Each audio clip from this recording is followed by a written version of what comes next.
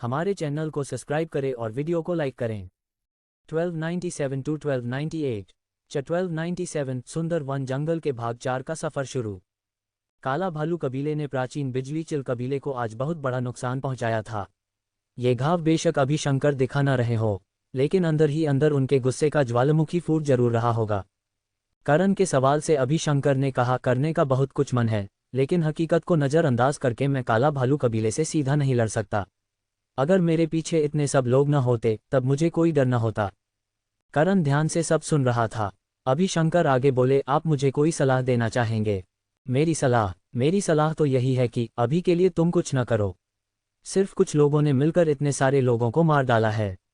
मतलब उनके पास ताकत के साथ आधुनिक हथियार भी है और तुम्हारे कुछ नहीं है। फिर खुद अपना सवाल करने लगा, इतने सारे लोगों को काला भालू कबीले ने मारा है।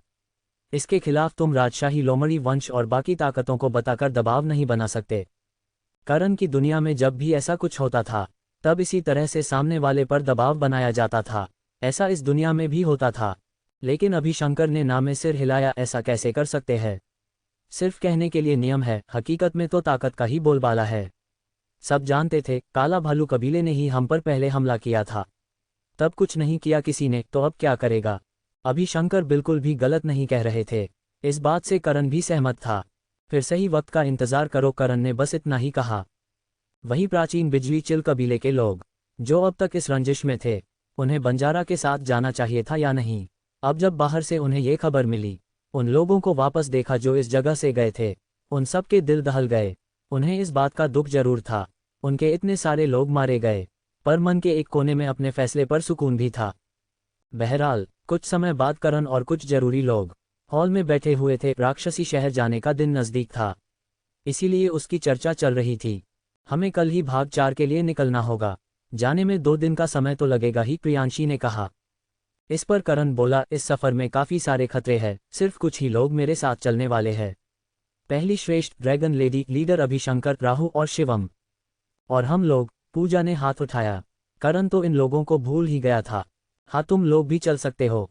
फिर पारो से बोला, तुम इसी जगह रहकर दल संभालना, सालिवा यहीं रहेगा, जो भी काम है उससे करवा लेना। पर मुझे भी जाना था। नहीं, बाद में अगली बार। करण ने कलाई घुमाई और एक तलवार निकाल ली। ये सूर्य तलवार थी जिसको करण ने वापस से ठीक कर दिया था। ये तुम्हारे लिए है। करण ने उसे अपनी सूर्य तलवार थमा दी। पारो पहले तो उस तलवार को देखकर भ्रमित थी, लेकिन जब उसने का हत्था देखा तब वह टुकुर टुकुर करण को देखने लगी। इसे ठीक कर दिया तुमने? जो भी है, जानते हो न ये तलवार कितनी ज्यादा अनमोल है। मैं इसे नहीं ले सकती। रख लो, लेकिन तुम क्या इस्तेमाल करोगे? मेरे पास है कुछ, अब नखरे बंद करो। करण ने उसे हल्के से डांट दिया। पारो मजबूरी में मुस्कराने लगी। सच में ये लड़का कुछ ज्यादा ही दयावान था। इस सूर्य तलवार की पहचान करण से जुड़ी हुई थी। बस उसका नाम ही काफी था इसकी कीमत को आसमान तक ले जाने के लिए। ऊपर से अब ये पहले से भी ज्यादा ताकतवर लग रही थी। पारो उसे अपनी स्टोरेज रिंग में डाल ही रही थी कि तुलिका, जो उनके पास ही खड़ी थी, एकदम से उसकी नज़र हत्थे पर पड़ी और वह चिल्ला पड़ी, ये तो लवली करण की तलवार है। वह तलवार करण की है। ये सुन सबकी नज़रें उस तलवार पर टिक गई। राजवीर और बाकी सब श्रेष्ठ उस तलवार से नज़र नहीं हटा पा रहे थे और उन्हें भी उस तलवार की पहचान याद आ गई। ये तो सच में लवली करण की तलवार है, बिल्कुल उस पेंटिंग में इसी तलवार का विवरण था। पूजा ने बड़ी बड़ी आंखें करके करण को देखा। ये तुम्हारे पास कैसे आए? पूजा ने सवाल किया। करण ने सिर खुजलाकर कहा, ये तो मुझे करण ने ही दी थी, मरने से पहले। वो क्या है न, मेरा दोस्त था वो, अब तो मर गया। तुम लोग तो जानते ही हो, करण तुम्हारा दोस्त है। पूजा की तो आंखें बड़ी बड़ी हो गई। फिर पहले क्यों नहीं बताया? और किताब लेकर तो बड़े अनजान बन रहे थे, जैसे कुछ जानते ही ना हो। उसके बारे में पूजा और बाकी लोगों को याद था। जब उन्होंने इसे करण की आत्मकथा वाली किताब दी थी तब इसका मुंह ऐसा था मानो किसी ने इसे कड़वा करेला खिला दिया हो, और अब अचानक से वह दोस्त बन गए। करण ने हाथ हिला दिया, ये सब पुरानी बातें हैं, लेकिन जो भी है ये तलवार बहुत खास है। इसे खुद करण इस्तेमाल करता था। इसे तो सजाकर दुकान पर रखना चाहिए, देखने वाले भारी कीमत देंगे इसे एक नज़र देखने के लिए, शिवम ने कहा। जो सुन करण की आंखों में चमक आ गई। सच में? ऐसा कहते ही उसकी नज़र सूर्य तलवार पर पड़ी। पारो ने हड़बड़ाकर उसे अपनी स्टोरेज रिंग में रख दिया। उसे डर था कहीं ये लड़का सच में अपनी तलवार को नजारा न बना दे। पारो को ऐसा करते देख करण में अपना कान खुजाया। प्रियांशी को हल्की हंसी आ गई। सब उसी तलवार की बात कर रहे थे और तुलिका बड़ी गौर से करण को घूर रही थी। बहुत अजीब है ये सब। उत्तरी हिस्से में उस शबाना का दोस्त निकल जाना, जो कुछ वक्त तक जो उन्हें दुश्मन समझ रही थी, फिर महायुद्ध मैदान की कुंजी जो कि करण के पास होनी चाहिए थी, और अब ये सूर्य तलवार ये करण का दोस्त था या उसका बेटा जो सब कुछ इसे दे गया। कुछ तो है जो ये लड़का छिपा रहा है। तुलिका को अब करण पर शक होने लगा था, लेकिन उसका ये शक किसी ठोस निष्कर्ष पर पहुंच पाता। हॉल के बाहर से आवाज आई, नंद परिवार के लोग लीडर गुरु से मिलने आए हैं, क्या उन्हें इजाजत है? नंद परिवार, सबकी नज़र राजवीर पर गई। वह खुद भी हैरान था। करण ने उन्हें इजाजत दी। थोड़ी ही देर में नंद परिवार के मुखिया और उनका बेटा कामरा हॉल में दाखिल हो गए। करण को देख उन लोगों ने हाथ जोड़कर अभिवादन किया। लीडर करण को हमारा प्रणाम। करण ने बेगाने का इशारा किया। जब वह दोनों बैठ गए तब करण ने सवाल किया, क्या काम है? करण बहुत सीधी बात करता था, इस बात से सब अवगत थे। मुखिया ने सबको एक नज़र देखा, फिर करण से बड़ी विनम्रता के साथ बोले, मैंने और मेरे बेटे ने आपके साथ उस दिन बहुत गलत व्यवहार किया था, उसके लिए माफ़ी मांगना चाहते हैं। माफ़ किया, करण ने बिना किसी के भाव कहा। इन लोगों ने जो व्यवहार किया था, इससे करण को कोई फर्क नहीं पड़ता था। उसको मुंह पर भी गाली देकर निकल जाओ तो वह कुछ नहीं बोलता था, जब तक बात अपनों पर न आ जाए। आप बहुत अच्छे हैं जो इतनी आसानी से हमारी गलतियों को माफ़ कर दिया। मुखिया और कामरा भी हैरान थे। वह तो बहुत कुछ सोच कर आए थे, पर लगता है उन लोगों ने कुछ ज़्यादा ही सोच लिया था। दोनों को शांत बैठा देख बस इतना ही था। करण ने पूछा। बाप बेटों ने एक दूसरे को देखा। फिर मुखिया ने हाथ जोड़कर कहा, मैं जो कहने जा रहा हूँ बिना किसी लालच के कहूँगा। इसमें मेरे कोई लाभ नहीं है। आपकी सारी शर्तें मंजूर है। मैं इस सुंदर वन जंगल को भी छोड़ दूंगा। मैं अपनी पोती के लिए आपके श्रेष्ठ राजवीर का हाथ मांगने आया हूँ। जब राजवीर गरीब था, कमजोर था, तब नंद परिवार ने बड़ी बेइज्जती करके उसे हकाल दिया था। अब जब राजवीर इतना बड़ा आदमी बन गया है, अब अगर वो उससे रिश्ता जोड़ना चाहेंगे तो स्वाभाविक था सबको ऐसा ही लगेगा। वह लोग बस ताकत और अमीरी के लिए रिश्ता जोड़ना चाहते हैं। इस वजह से उन्होंने पहले ही सब कुछ कह दिया ताकि सामने वालों को ऐसा न लगे। बाकी सब शांत थे। हॉल में सन्नाटा था। सबकी नज़र करण पर थी, उसके कुछ कहने का इंतजार था। करण ने कुछ पल राजवीर को देखा, फिर नाराज नजरों के साथ मुखिया को देखने लगा। मुखिया और कामरा का दिल बैठ गया। करण ने गहरी आवाज में कहा, हाथ मांगने आए हो? सिर्फ हाथ? बाकी सब पुर्जे खराब है क्या? तुम क्या चाहते हो, मैं अपने श्रेष्ठ का हाथ काट कर तुम्हें दे दूं? नहीं नहीं, हमारा वो मतलब नहीं था। मुखिया और कामरा का तो गला ही सूख गया। करण उन्हें घूर कर देखता ही रहा, फिर एकदम से उसके होठों पर हल्की मुस्कान आ गई। मजाक था भाई, मजाक। ये सुन सब हल्के से हंस पड़े। मुखिया कामरा की तो जान निकल गई थी। मजाक शब्द सुनकर उन लोगों के चेहरे मजबूरी भरी मुस्कान आ गई। तो क्या आप राजी है? मैं कौन होता हूँ राजी होने वाला? जिसको शादी करनी है वो जाने, उससे ही पूछो। सबने अपनी नज़रें राजवीर पर कर दी, जिसका चेहरा हल्का लाल था। अब बोलोगे या जहर वाला सूप लाया जाए आपके लिए श्रेष्ठ? शिवम ने मुस्कुराते हुए पूछा। कनक ने राजवीर के लिए जहर वाला सूप पी लिया था। शिवम इसीलिए उसे ऐसे छेड़ रहा था।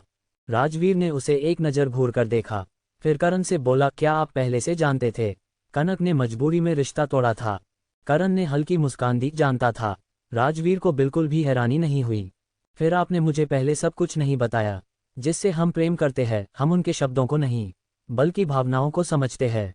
शब्द झूठे हो सकते हैं, भावनाएं नहीं। और उस वक्त तुम ये सब देख नहीं पाए, चूंकि तुमने उसे समझने की जगह खुद को गरीब और कमजोर समझा, और यह बहाना तुम्हें उससे बहुत दूर ले गया। राजवीर और बाकी बस करण को देखते ही रह गए। वह कभी कभार ही ऐसी बातें करता था, और जब करता था तब ऐसा लगता था जैसे कोई महान संत उनके सामने बैठा हो। असल में करण को पहले से पता था, राजवीर उतावला है, गुस्से में उसकी जबान गंदी हो जाती है, घमंडी है और हद से ज़्यादा भावुक है। ऐसे लोगों को समझाने से कुछ नहीं मिलता, समय की ठोकर ही उन्हें सही रास्ते पर लाती है। फिर अब क्या विचार है तुम्हारा? प्रियांशी ने पूछा। राजवीर ने एक लंबी चुप्पी के बाद कहा, मुझे रिश्ता मंजूर है। बधाई हो, बधाई हो। अब तालियां बजाने लगे। राजवीर का चेहरा और भी ज़्यादा लाल पड़ गया। मुखिया और कामरा के चेहरे पर खुशी झलक आई। उन्हें आज से पहले शायद ही कुछ अच्छा लगा था। फिर शादी की तारीख मैं पूछकर बताता हूँ, हो सकेगा तो इसी महीने इनके हाथ पीले कर देंगे। करण ने बस सिर हिलाया। उसे भी पता था इस दुनिया में भी मुहूर्त का खास ध्यान रखा जाता है। उसने इस दुनिया में 2 शादी देखी थी, और वो भी ऐसी जो पूरी ही नहीं हुई। श्रेया की बहन शिवानी की, और दूसरी महायुद्ध मैदान में। जहां पर हनी बेजर 20 दुल्हन ही किडनैप कर लाया था। बहरहाल थोड़ी देर बाद नंद परिवार के लोग भी उस जगह से चले गए। शगुन के तौर पर वह राजवीर को एक तलवार दे गए। लीडर, मुझे आपसे एक सवाल करना था, अभिशंकर ने कहा। करण ने सिर हिलाया। अभिशंकर ने पूछा, राक्षसी शहर में 5वें चरण के चक्रवर्ती सम्राट जा सकते हैं, फिर आप बस शिवम को ही क्यों लेकर जा रहे हैं? हमारे दल में कोई दूसरा नहीं है, करण का जवाब था। अभिशंकर ने कहा, मेरे कबीले के 2 श्रेष्ठ हैं जो इस जगह फीट आ सकते हैं। दोनों 5वें चरण के चक्रवर्ती सम्राट है। आप उन दोनों को भी अपने साथ ले जाएंगे तो ज्यादा सुरक्षित रहेगा। ये तुम्हारे लोग हैं, उस जगह पहले से मौत का खतरा है। मैं तुम लोगों की जान खतरे में नहीं डाल सकता। तुम्हें भी मैं बस इसीलिए ले जा रहा हूं ताकि तुम दूर से नजर बनाए रखो बाकी लोगों पर। हमारा कबीला आपके अधीन है, आपको इतना सोचने की जरूरत नहीं है। नहीं, ठीक है, आ सकते हैं, पर जो भी वह लूटेंगे वो प्राचीन बिजली चिल कबीले के लिए होगा, देवांश दल के लिए नहीं। करण ने ऐसा इसीलिए कहा था, इससे उसे सुरक्षा भी मिल जाएगी और एहसान भी नहीं रहेगा। वैसे भी उसका काम था किसी भी हालत में प्रियांशी को उस झरने तक पहुंचना जो अगला राक्षसी देवता चुनता था। बाकी दुनिया गई तेल लेने। अभिशंकर को इससे कोई दिक्कत नहीं थी। कुछ देर बाद करण और बाकी सबने मिलकर खाना खाया। रात हो चुकी थी, सब अपने अपने कमरे में जाके आराम करने ही वाले थे। तभी उस जगह पर ज्वाला पक्षी किंग और पिस्टल बिस्ट आ गए। वह दोनों अपग्रेड 7 के बीस्ट बन चुके थे, मतलब चक्रवर्ती सम्राट स्तर पर उनकी ताकत थी। बीस्ट होने की वजह से आम लोगों से ज्यादा ताकतवर थे। करण ने उन दोनों को भी अपने साथ ले जाना सही समझा। दोनों बीस्ट इसके लिए बड़ी जल्दी मान गए। अगले दिन सुबह की पहली किरण के साथ वह सब लोग एक बड़े से जहाज से भागचार के लिए निकल गए। करण पहली बार भागचार में जाने वाला था, इसके लिए वह थोड़ा जिज्ञासु भी था। भागचार बाकी भाग से ज्यादा शक्तिशाली और प्रसिद्ध है। सबसे ज्यादा शक्तिशाली लोग उसी जगह पर रहते हैं। भागचार इसीलिए भी ज्यादा प्रसिद्ध है क्योंकि वह समंदर से जोड़ता है। उस जगह से ट्रेड सबसे ज्यादा होता है, अभिशंकर ने करण को बताया। करण ने अपना सिर हिलाया। अभिशंकर के पीछे 2 श्रेष्ठ थे, एक नाम था राबी तो दूसरे का शामी। ये दोनों 5वें चरण के चक्रवर्ती सम्राट थे। करण ने पूछा, भागचार में सुपारी क्लब किस दिशा में है? करण के जहन से सुपारी क्लब निकला नहीं था।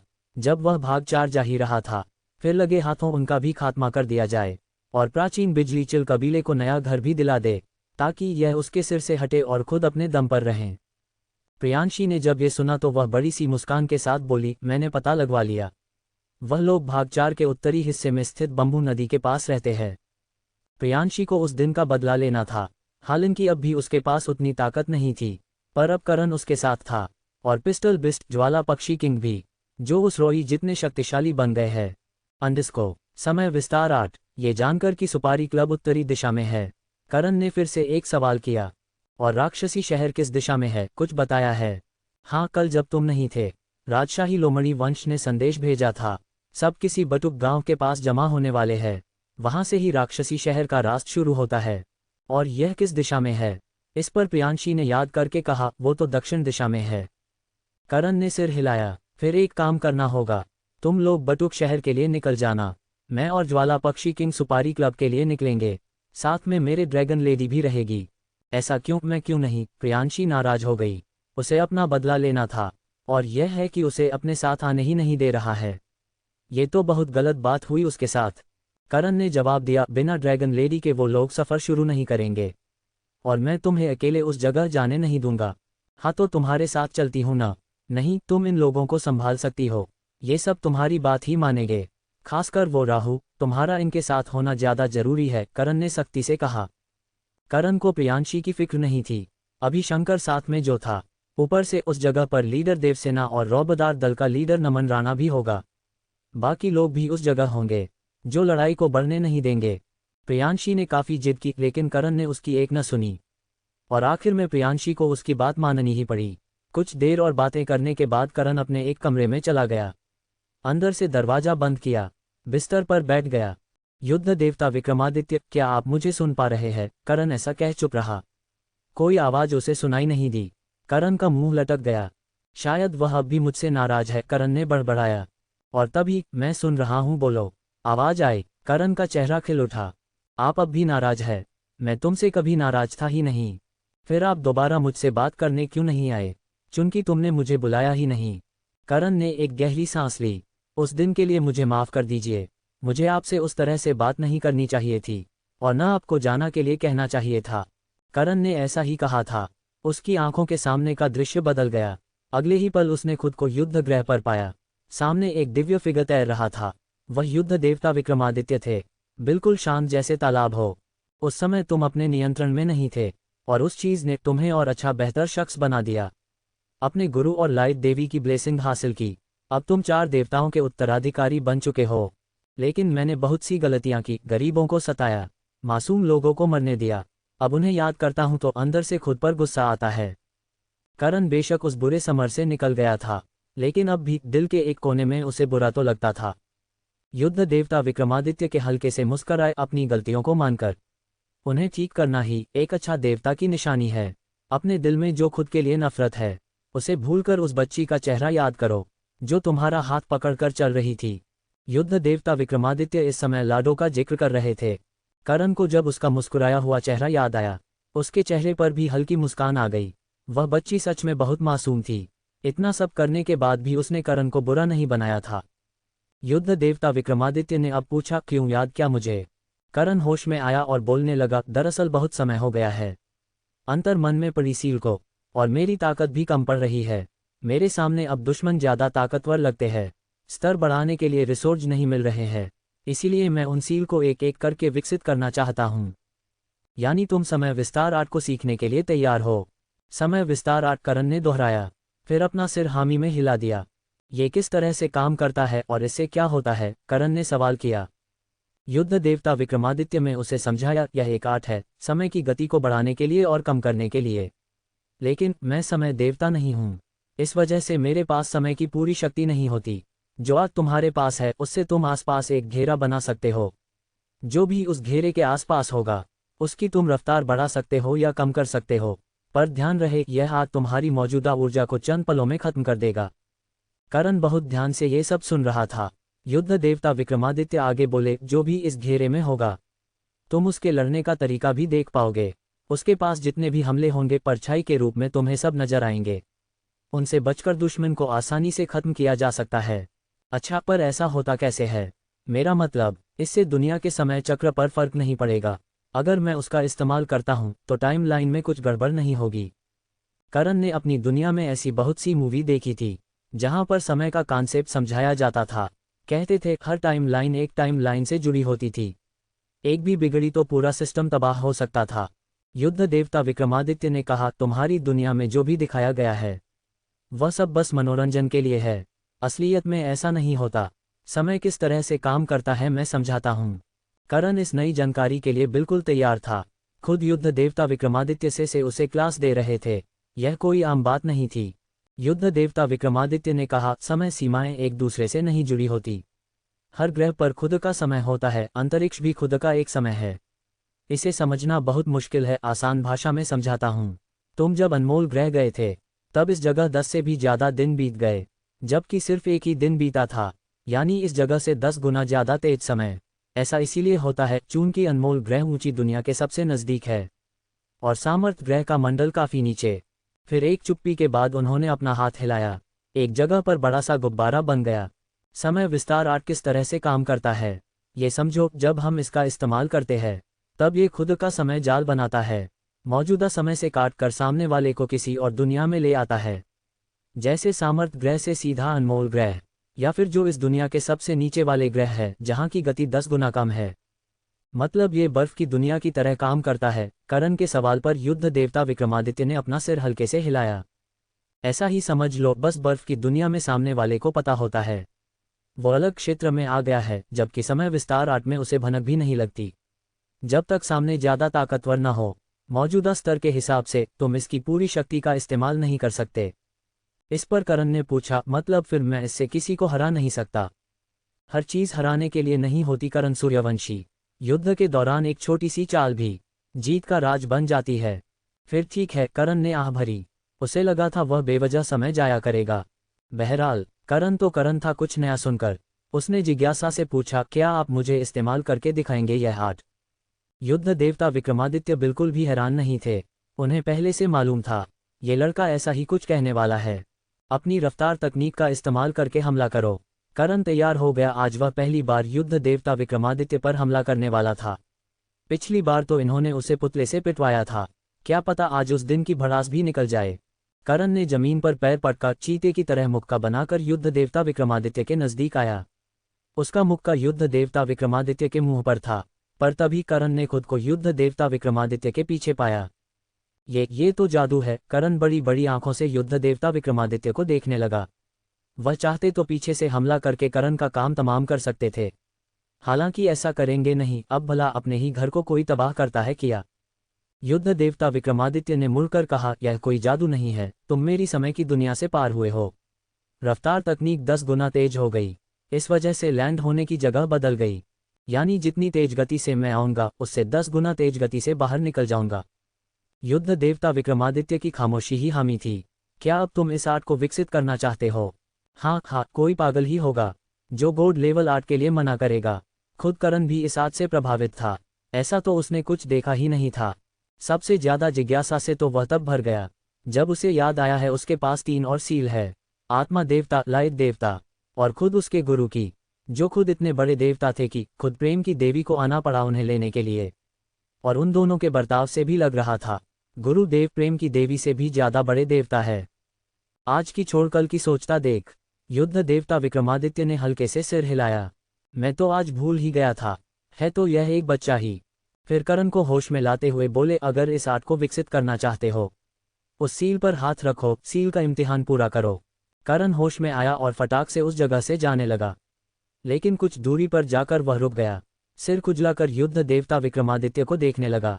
वो पहुंचा देते तो। असल में तो करण युद्ध ग्रह पर था, युद्ध देवता ही उसे इस जगह बुला सकते थे और भगा सकते थे। युद्ध देवता ने कुछ नहीं कहा।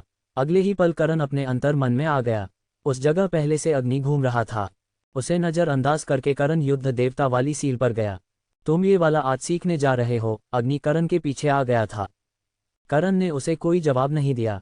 उस तकनीक की शक्ति याद करके करण ने उस सील पर हाथ रख दिया।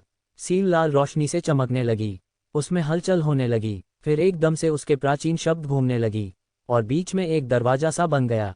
एक बार फिर सोच लो, ये बहुत मुश्किल होगा, अग्नि ने उसे चेताया। वह खुद देवता लेवल का हथियार था, उसे पता था ऐसी चीजें कितनी ज्यादा खतरनाक और जटिल होती है। सोच कर ही जा रहा हूं, करण ने बिना ज्यादा सोचे अपना कदम उसमें रखा और अंदर चला गया। गुप की आवाज आई और दरवाजा बंद हो गया। युद्ध ग्रह पर अचानक से कई सारे देवता युद्ध देवता विक्रमादित्य के पास में नजर आए। सब हैरान नजरों से उन्हें देख रहे थे। आपने उसे झूठ क्यों कहा? समय रेखाएं नहीं होती, बिजली देवता ने सवाल किया था। युद्ध देवता विक्रमादित्य ने बिना किसी भाव के कहा, कभी कभी झूठ बोलना भी अच्छा होता है। किसी को उनकी बात का मतलब समझ नहीं आया और उन्हें यह भी समझ आ गया था सामने से कोई जवाब भी नहीं मिलेगा। बिजली देवता ने सवाल को 1299 टेस्ट नहीं, अभ्यास है। बिजली देवता की बात बिल्कुल सही थी। ब्लेसिंग मिलना ही काफी नहीं था, बल्कि आर्ट को समझकर यह भी साबित करना होता था वह आगे बढ़ने लायक है या नहीं। हालांकि यह आखिरी इम्तिहान नहीं था, ये तो बस देवता बनने का पहले कदम था। बहरहाल जहां सब देवी देवताओं के जहन में बस करण के ख्याल थे, इन सब से अनजान करण एक बड़े से पुल पर चला जा रहा था। पुल रंग लाल था पर बाकी चोरों तरफ गहरा अंधेरा। इस जगह तो करण की डिवाइन फायर भी काम नहीं कर रही थी। इस पुल पर चलते हुए मुझे लगभग 5 मिनट बीत गए, लेकिन न इसका किनारा नजर आ रहा है और न कुछ ऐसा जो मुझे अलग लगे। करण बड़बड़ाया। वह इस जगह पर लगातार चल रहा था, मगर हर पल बस ऐसा महसूस हो रहा था जैसे वह बस एक जगह पर खड़ा होकर चला जा रहा है। ऊपर से इस जगह न कोई ऐसी आवाज सुनाई दे रही थी जो उसे टेस्ट के बारे में बताए। सब कुछ शांत था, ठहरे हुए पानी की तरह।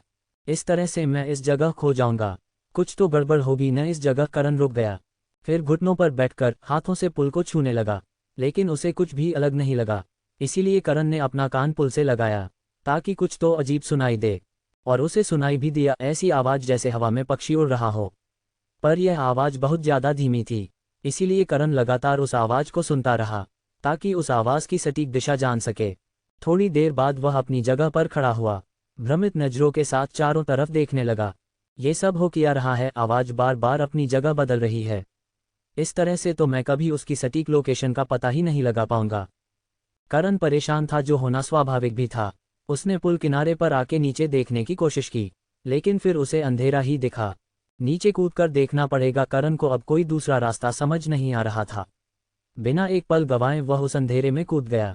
10 सेकंड तक वह गिरता ही रहा, हाथ पैर मारकर कुछ पकड़ने की कोशिश भी कर रहा था, और तभी वह एक जगह आके गिर पड़ा।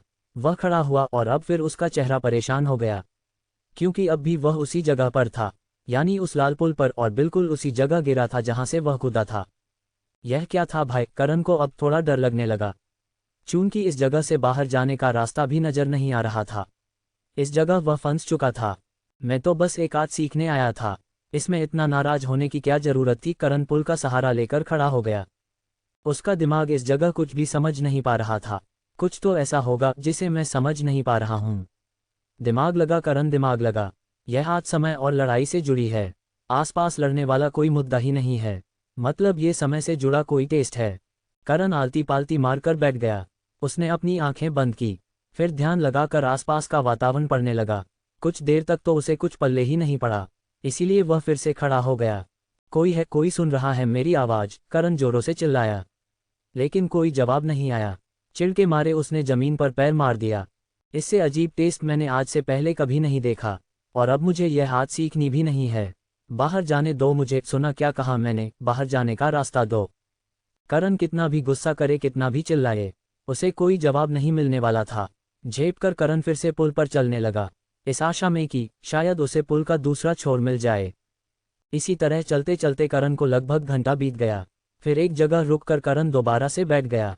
पता नहीं इस जगह से निकलने का रास्ता मिलेगा भी नहीं, या जीवन भर इसी जगह जमा रहूंगा। करण पुल पर ही लेट गया। अब क्या करता बेचारा? न कोई सुनने वाला था और न कोई उस जगह रास्ता था। आंखें बंद करके करण अपने दिमाग को शांत करने लगा, और अब तक जो भी उसने देखा था उसे समझने की कोशिश करने लगा। बार बार उसका चलना, अंत न मिल पाना, अंधेरे में कूदकर भी वापस इस जगह आ जाना।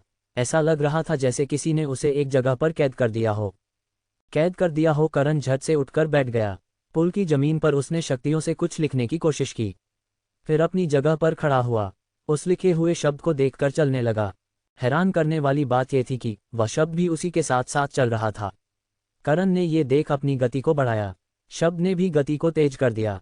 करण रुका, आसपास नजर मारते हुए बोला, इस जगह पर समय रुक चुका है। मैं चलने की कोशिश करता हूँ, पर रुका हुआ समय मुझे आगे नहीं बढ़ने दे रहा।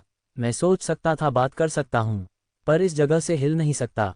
मैं समय के चक्र में कैद हो चुका हूँ। करण बड़बड़ाया, और तभी उसके नीचे की जमीन गायब हो गई। उसकी आंखों के सामने का नजारा पूरी तरह से बदल गया। अब वह एक बड़े से युद्ध के मैदान में था। चारों तरफ खून से लथपथ गीली जमीन, लाशों का अंबार, इफेक्ट के लिए हवा में गिद्ध भी थे। नजारा बहुत भयानक था। क्या मैंने इनका पहला टेस्ट पास कर लिया? करण ने सोचा, लेकिन ज्यादा सोचने का समय उसे मिला नहीं। चुनकी जमीन को फाड़कर उसमें से एक फिगर निकला।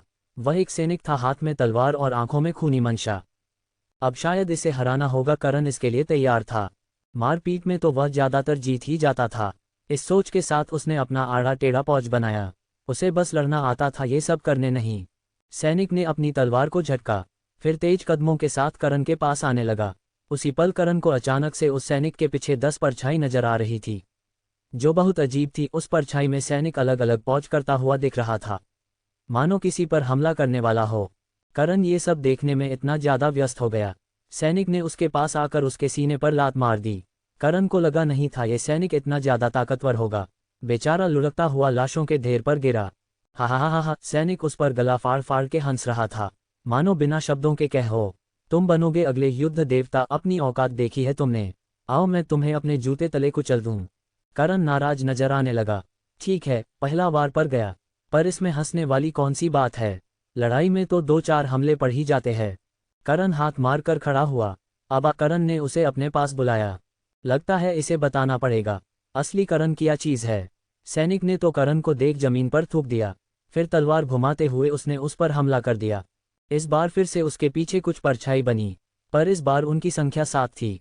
करण ने इस बार उन्हें नहीं देखा, बल्कि सामने से आ रहे हमले को देख उसने अपना शरीर मोड़ा और अपनी किक से उसके मुंह पर हमला किया। सैनिक खुद झुक गया और उड़कर करण के मुंह पर लात मार गया। उसकी रफ्तार इतनी ज्यादा तेज थी कि करण को समझ भी नहीं आया। बेचारा दोबारा से जमीन पर गिर पड़ा। सैनिक, हा हा हा हा। उसकी हंसी ने करण का मुंह बना दिया। वह हड़बड़ा कर खड़ा हुआ। अपना हाथ हिलाकर उसने ऊर्जा से एक तलवार का निर्माण लिया और दूसरे हाथ से उस सैनिक को अपने पास बुलाने लगा। सैनिक आया और अब भी वही हुआ। करण बस उसके 3 हमले रोक पाया, फिर बोरे की तरह उसे दूर फेंक दिया। शुक्र था कि सैनिक बस करण को पीट रहा था, चूंकि वह इतना ज्यादा तेज थी कि करण को आसानी से मार भी सकता था। पर करण ने हार नहीं, वह बड़ी शिद्दत से मार खाता रहा। कभी सैनिक का जूता उसके मुंह पर पड़ता, तो कभी कभी खुद उसका मुंह उसके जूते पर आ जाता। कमर पर तो इतने मुक्के पड़े कि आज के बाद वह कभी मालिश नहीं लेने वाला था। उसकी आहों की आवाज़ें उस मैदान में गूंज उठी थी। करण बार बार गिरकर कराहने लगता और दोबारा से कॉकरोच की तरह खड़ा हो जाता। इस समय उसकी बेशर्मी पीक पर थी। आजा, करण ने फिर से उसे बुलाया। सैनिक उसके पास पाया, तलवार से हमला किया। करण ने अपनी तलवार से उसको रोका, अपने दूसरे हाथ को मुक्के में बदलकर हमला किया। सैनिक ने उसका हाथ भी पकड़ लिया और अपना सिर करण के मुंह पर दे मारा। कटी पतंग की तरह उड़कर जमीन पर गिरा, पर इस बार वह खड़ा नहीं हुआ, बल्कि बड़ी बड़ी आंखों से उस सैनिक को घूरा जा रहा था। इसकी रफ्तार इतनी ज्यादा कैसे है? एक पल में 7 से ज्यादा हमले कर पा रहा है। लाइट है क्या भाई? सैनिक फिर से बस हंसने लगा। अब तो करण को उसकी हंसी चुभने लगी थी, लेकिन दोबारा खड़ा होने की उसकी हिम्मत नहीं थी। वो उठा तो फिर से पेला जाएगा, कुछ तो तरीका होगा इसको हराने का। करण जमीन पर ऐसे लेट गया मानो गोवा के बीच पर आया हो। आसमान को देखकर वह उस सैनिक के बारे में सोच रहा था। किस तरह से वह लड़ता है, उसकी रफ्तार इतनी ज्यादा कैसे हो जाती है? ऐसा नहीं था सैनिक कोई बहुत खास हमले कर रहा हो, खेल था उसकी टाइमिंग का और रफ्तार का। और पता नहीं क्यों लड़ाई के दौरान उसके पीछे परछाई नजर आने लगती थी। कभी कभी तो करण को लगता वह सब परछाई मिलकर उस पर हमला करेंगी। परछाई? करण बड़बड़ाया और तभी उसे युद्ध देवता विक्रमादित्य की बात याद आई। जब उन्होंने कहा था इस आर्ट में दुश्मन की परछाई ये बताती है वो कौन से हमले करने वाला है। उन्होंने ऐसा ही कुछ कहा था, जो याद आते ही करण ने फटाक से सैनिक को घुरा, जो अब भी पागलों की तरह हंस रहा था। यह आर्ट लड़ाई और समय से जुड़ी है, जैसा कि युद्ध देवता विक्रमादित्य ने कहा था। वह युद्ध के देवता है, समय के नहीं। समय शायद उनका एक खास हथियार है, जिसे उन्होंने अपनी पहचान के साथ जोड़ दिया है।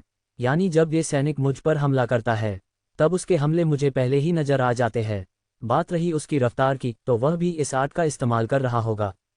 कुल मिलाकर बात ये कि ये टेस्ट मुझे इस आर्ट को समझने में मदद कर रहे हैं। अब जाकर करण सही अनुमान लगा पाया था। इससे उसके मन का डर थोड़ा कम हुआ। डर उससे लगता था जो चीज़ अनजान हो, जिसकी जानकारी पहले से हो, उससे डर नहीं बल्कि उससे लड़ने की तैयारी होती थी। करण पैर पटक कर खड़ा हुआ, अपनी तलवार को घुमाकर गहरी आवाज में बोला, आजा। सैनिक ने बिना किसी भाव के साथ अपने कदम बढ़ाए। उसी पल उसके पीछे 12 परछाई नजर आने लगीं। करण ने उन सबको पल भर में पढ़ लिया। तभी सैनिक ने करण पर सीधे हमला किया, लेकिन इस बार करण ने उसका सीधा वार नहीं किया, बल्कि 2 कदम पीछे हट गया। इससे सैनिक का पहला हमला बेशक विफल गया, लेकिन सैनिक के पास और भी हमले पहले से तैयार थे। उसने अपना दूसरा वार किया, उसी पल उसकी 3 परछाई और बनी। करण समझ गया यह इनमें से कोई हमला करने वाला है, इसके लिए वह तैयार हो गया। सैनिक ने पहले करण के सिर पर वार किया, करण ने आसानी से विफल कर दिया। सैनिक ने हवा में ही लात मारी, इस वक्त 2 परछाई बनी।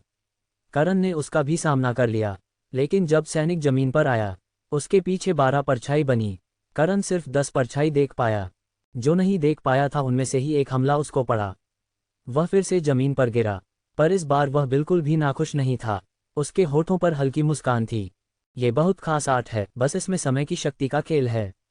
अगर मेरे पास समय धीमा करने की आर्ट होती, तो मैं उस समय में सारे हमले पढ़ पाता। पर कोई बात नहीं, इसे किस तरह से हराना है मैं समझ गया। करण बड़े आत्मविश्वास के साथ खड़ा हुआ। अब तो तुम भी समझ गए होंगे, चलो फिर इस टेस्ट को भी खत्म करते हैं। सैनिक गुर्राया, फिर तेजी से करण की तरफ बढ़ गया। जब उसने अपना पहला हमला किया, करण ने उसकी परछाई देखकर उसके हमले को विफल कर दिया। जवाबी कार्रवाई में अपनी किक से सैनिक को 2 कदम पीछे भी। सैनिक ने अपने सीने पर हाथ फेरते हुए करण को नाराज नजरों से देखा। इस बार करण उस पर हंस रहा था, वो भी गला फाड़ फाड़ कर, मानो अपनी बेइज्जती का बदला ले रहा हो। सैनिक गुस्सा हो गया, उसने दूसरा हाथ आगे किया, जमीन को फाड़कर एक और तलवार उसके हाथ में आ गई और करण की हंसी शांत हो गई। ये तो सच में गुस्सा हो गया, करण बड़बड़ाया। उसी दौरान सैनिक ने करण पर हमले करना शुरू कर दिया। इस बार उसकी परछाई 15 से भी ज्यादा बन रही थी, जिसे करण इतने कम समय में पढ़ नहीं पा रहा था। हर एक हमले के बाद परछाई भी बदल जाती। करण को तो समझ नहीं आया, वह लड़े या परछाई देखे। परछाई नहीं देखता है तो पीटता है। बहरहाल उसने अपनी पूरी ताकत लगा दी। जैसे जैसे उनकी लड़ाई आगे बढ़ती गई, करण की नजरें तेज होने लगी। सैनिक की तेज रफ्तार को भी वह अब काउंटर कर पा रहा था। 3 घंटे बाद करण का मुंह पॉपकॉर्न का पैकेट लग रहा था। बहुत मार पड़ी थी बेचारे को, लेकिन इस समय में एक चीज अच्छी हुई थी, उसके लड़ने की समझ में इजाफा हुआ था। चूंकि उसके सामने जो सैनिक था वह कोई सामर्थ ग्रह का योद्धा नहीं था, वह युद्ध देवता से जुड़ा हुआ था। करण उससे लड़ भी रहा था और सीख भी रहा था। उसकी आंखों में चमक थी। अब इस खेल को खत्म करे सैनिक भाई, करण ने गोल घूमते हुए कहा। सैनिक ने अपनी दोनों तलवारों को घुमाया, मानो कलाबाजी कर रहा हूं। फिर एक भयानक सा पोज लेकर खड़ा हुआ, जैसे इस बार करण को हमला करने के लिए कह रहा हो। ठीक है, करण ने मुस्कान दी। एप 1300 to 1301 च 1300 मैं हूं परीक्षा। करण ने उस सैनिक की बात को माना। वह इसके लिए बिल्कुल था। इतनी मार किसके लिए खाई थी? इस दानव को हराने के लिए ही तो। करण ने बिना एक पल गवाए सैनिक के पास आके उस पर हमला कर दिया, लेकिन सैनिक ने उसके हमले को आसानी से विफल किया। इससे करण को कुछ खास फर्क नहीं पड़ा। उसने दोबारा से उस पर हमला करना जारी रखे। सैनिक भी लगातार हमले किए जा रहा था, पर करण इस बार बहुत अच्छे से उसके हमले पढ़ पा रहा था। उसकी नज़रें हर वार पर थी, लेकिन ध्यान उन परछाइयों पर। सैनिक के हर हमले करण विफल करता चला जा रहा था। हालांकि एक आध हमले उसको लग जाते, मगर इस बार उसका बड़ा इम्पैक्ट नहीं होता। दोनों इस तरह से लड़ रहे थे मानो सालों से साथ में अभ्यास कर रहे हो। इसी तरह से उन्हें उस जगह बहुत ज़्यादा समय बीत गया। लगभग 8 घंटे बाद करण का कॉन्फिडेंस पिक पर आ गया। चूंकि वह अब सिर्फ हमले नहीं कर रहा था, बल्कि सैनिक को उसके हमले लग भी रहे थे। तभी सैनिक ने करण के पीछे आकर उस पर हमला कर दिया। उसके आने से पहले ही करण ने खुद को नीचे झुका लिया और अपनी एक टांग से उसके नाजुक अंग पर हमला किया। उसे लगा था दर्द होगा और यह नीचे गिर जाएगा, पर सैनिक को तो एहसास भी नहीं हुआ। वह कोई असली शरीर थोड़ी न था जो उसका नलका कमजोर होगा। करण को ये बात तब समझ आई जब सैनिक की लात उसके मुंह पर पड़ी। बहुत मार रहा है, करण हाथ पटक कर खड़ा हुआ। दोनों फिर से एक दूसरे पर हमले करने लगे। लगभग 4 घंटे बाद अब करण उस सैनिक पर बढ़त बना चुका था।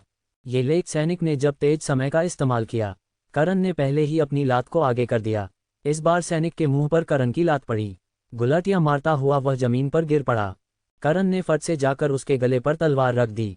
अब तुम हार गए हो सैनिक भाई। करण का मुंह सूजा हुआ था। जब वह बोल रहा था तब उसका चेहरा ऐसे झूल रहा था जैसे पानी से भरा गुब्बारा हो। सैनिक ने करण को देखा, लेकिन उसने कुछ भी कहा नहीं। बस वह करण की नज़रों के सामने से धीरे धीरे करके गायब होने लगा। सिर्फ वही नहीं, आसपास का नज़ारा भी बदलने लगा। करण के पैरों के नीचे की जमीन गायब होने लगी।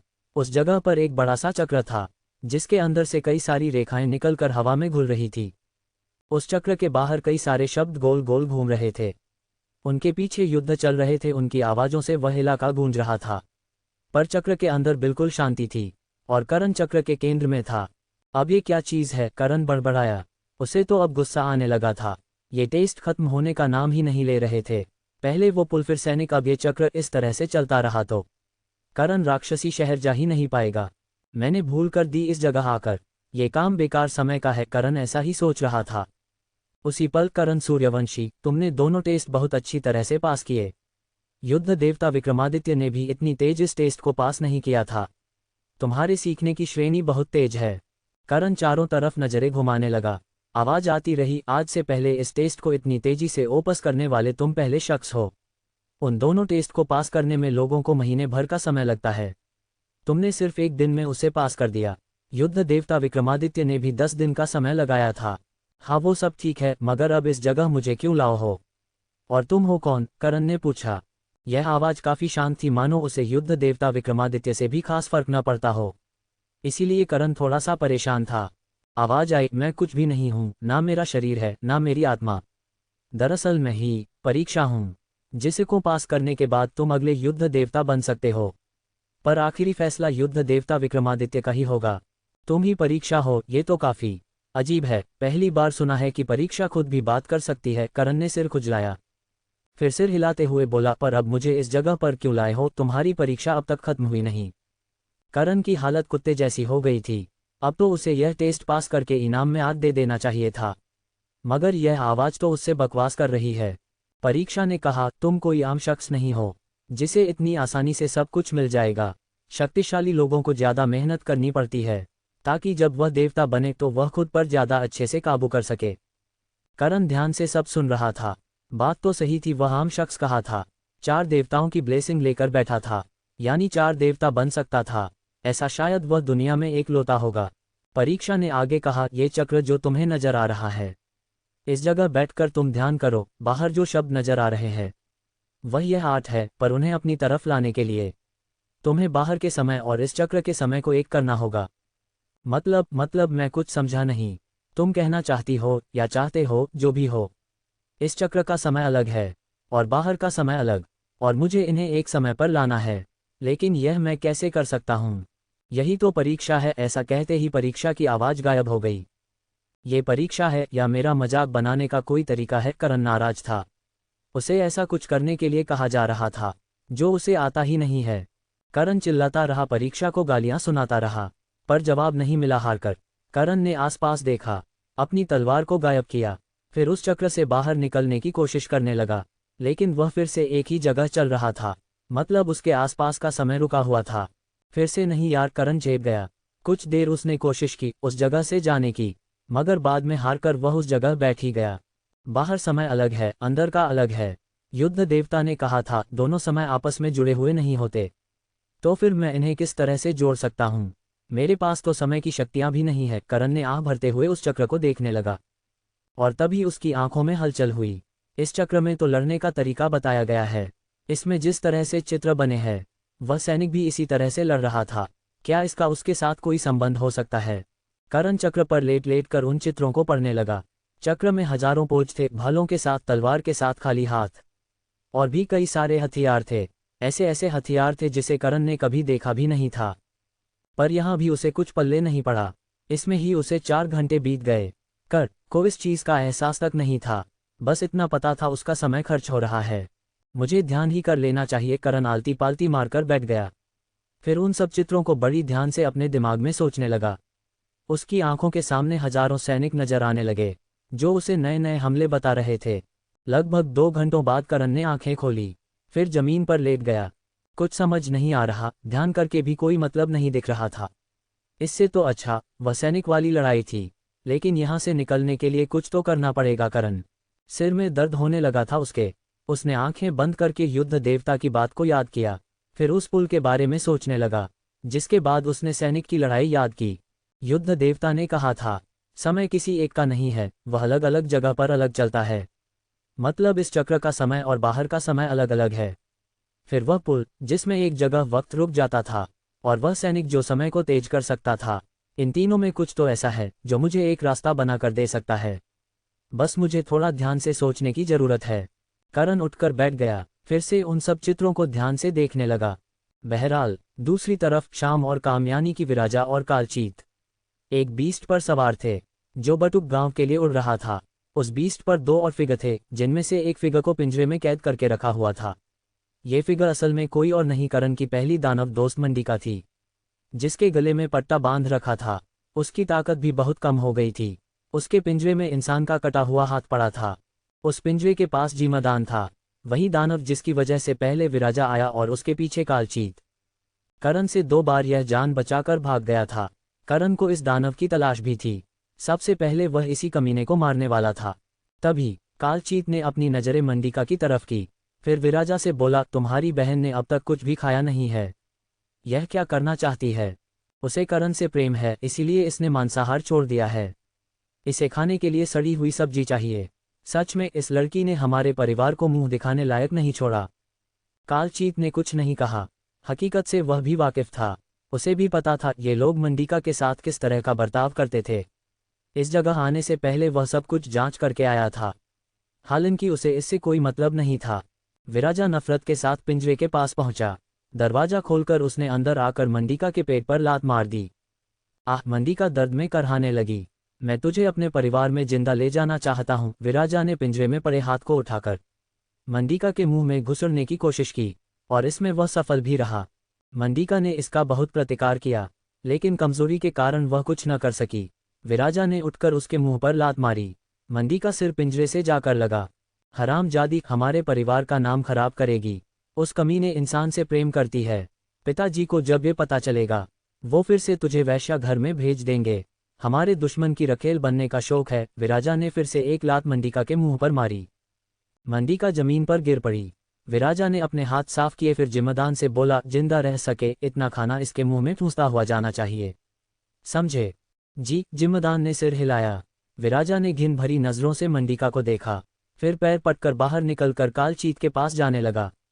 लेकिन तभी उसे मंडिका की आवाज सुनाई दी, पिंजरे में कैद करके, मुझे कमजोर करके अपनी ताकत का जोश दिखाना अच्छा है। विराजा और बाकी सबने मंडिका को देखा, जो कांपते हाथों से उठकर बैठ गई। विराजा को देखकर उसने उल्टी कर दी, जिसमें सारा मांस बाहर आ गया, जो विराजा ने उसे खिलाया था। तुम जिस करण को कमीना कह रहे हो, उसी से डर डर कर भाग रहे हो। तुम सब उस बच्चे से डर रहे हो। पूरा दानव वंश उससे डरा हुआ है। तुम लोग कुछ भी कर लो, कुछ भी, तुम सब मारे जाओगे। हा हा हा हा हा हा हा। मंडिका पागलों की तरह हंसने लगी। वह उन सब का मजाक बना रही थी। कालचीत जो इस मुद्दे से बाहर था, ये सुनकर उसकी आंखें छोटी हो गई। तुम्हें लगता है हम उससे डरते हैं? दानव सम्राट को एक बच्चे से डर लगता है? काफी घटिया सोचती हो तुम। कालचीत चलकर पिंजरे के पास आया। दानव सम्राट को एक बच्चे की जान लेने का कोई शौक नहीं है। वह मारना चाहते तो हमें उसकी आत्मा लाने के लिए नहीं कहते। उसके पास कुछ खास है जो सिर्फ दानव सम्राट जानते हैं, और मैं वो हासिल करके उन्हें दूंगा। तुम तो क्या, खुद दानव सम्राट भी इस जगह आ जाए तो वह उसका बाल नहीं उखाड़ सकते। उसके साथ उसके गुरु है, उसकी शक्ति से नाग सम्राट भी डरता है। तुम्हारा बाप भी डरता है, भूल गए? कितने राजाओं को उसने अकेले खत्म कर किया था। तुम्हारा बाप बस जान बचाकर भाग पाया था। मंडिका इस जगह गुरुदेव की बात कर रही थी। अब तो उसे भी पता चल गया था उनकी असली पहचान क्या है। कालचीत बार बार उसे गालियां जो दे रहा था। कालचीत का चेहरा गुस्से से लाल हो गया। उसे आज भी याद था, गुरुदेव की परछाई ने उसे लगभग मार दिया था, और जब गुरुदेव खुद सामने आए तब तो बस उसका शरीर टुकड़े में जान बचाकर भागा था, वो भी तब जब गुरुदेव ने उसे जाने दिया था। ये लड़की सच में मरना चाहती है। मेरे महल के बाहर से मेरे पालतू जानवर हैं, बहुत भोगी है। जानवर और दानव में कोई फर्क नहीं करते। उस करण को ले जाने के बाद मैं तुम्हें उसी जगह पर रखूंगा, तब तुम्हें पता चलेगा ज्यादा तेज जबान का कितना नुकसान होता है। कालचीत ने अपना हाथ हिलाया। मंडिका का सिर पिंजरे से टकराया और वह बेहोश होकर जमीन पर गिर पड़ी। अब इसे मांस खिलाओ, जिंदा तो रहेगी यह। कालचीत ने अपना मुंह फेर लिया। बस एक बार मैं अपनी शक्ति को वापस हासिल कर लूं, फिर उस करण को पाताल से ढूंढ कर भी अपनी दुनिया में ले जाऊंगा। कालचीत ने सामर्थ ग्रह पर बहुत बेइज्जती सहन कर ली थी। पहले उसे नालंदा विश्वविद्यालय से लात मारकर भगाया गया, पागल आशिक से मदद लेने गया, तब उसने भी उसे हकाल दिया, और जब उसने सही मौके का इंतजार किया, गुरुदेव ने आके उसके टुकड़े टुकड़े कर दिए। इतना कम था कि देवांश दल की पहली श्रेष्ठ ने सबके सामने उन लोगों की इज्जत उतार दी, और उसका लीडर वादा करके गायब हो गया। सच में इतन सब सहन करने के लिए भी शक्ति चाहिए होती है। उस करण को पकड़ने से पहले मैं इस सुंदर वन जंगल को खत्म करूंगा। बस एक दिन और मैं अपनी ताकत को वापस हासिल करूंगा। कालाचीत चीखा। इस चीख में गुस्सा था, नाराजगी थी, असहनीय अपमान था, जिसका बदला कालचीत पहले सुंदर वन जंगल से लेने वाला था। अंडिस्को युद्ध देवता ने मदद की है। कालचीत और उसकी मंडली बटुक गांव के लिए निकल चुकी थी, लेकिन करण अब भी उस चक्र पर अपना माथा मार रहा था। उसे कुछ भी पल्ले नहीं पड़ा था। वह कभी उठकर बैठ जाता तो कभी खड़ा होकर ताकत से बाहर जाने की कोशिश करता, जिसमें जाहिर था उसे असफल होना था। करण सच में इस जगह पड़े पड़े उब गया था।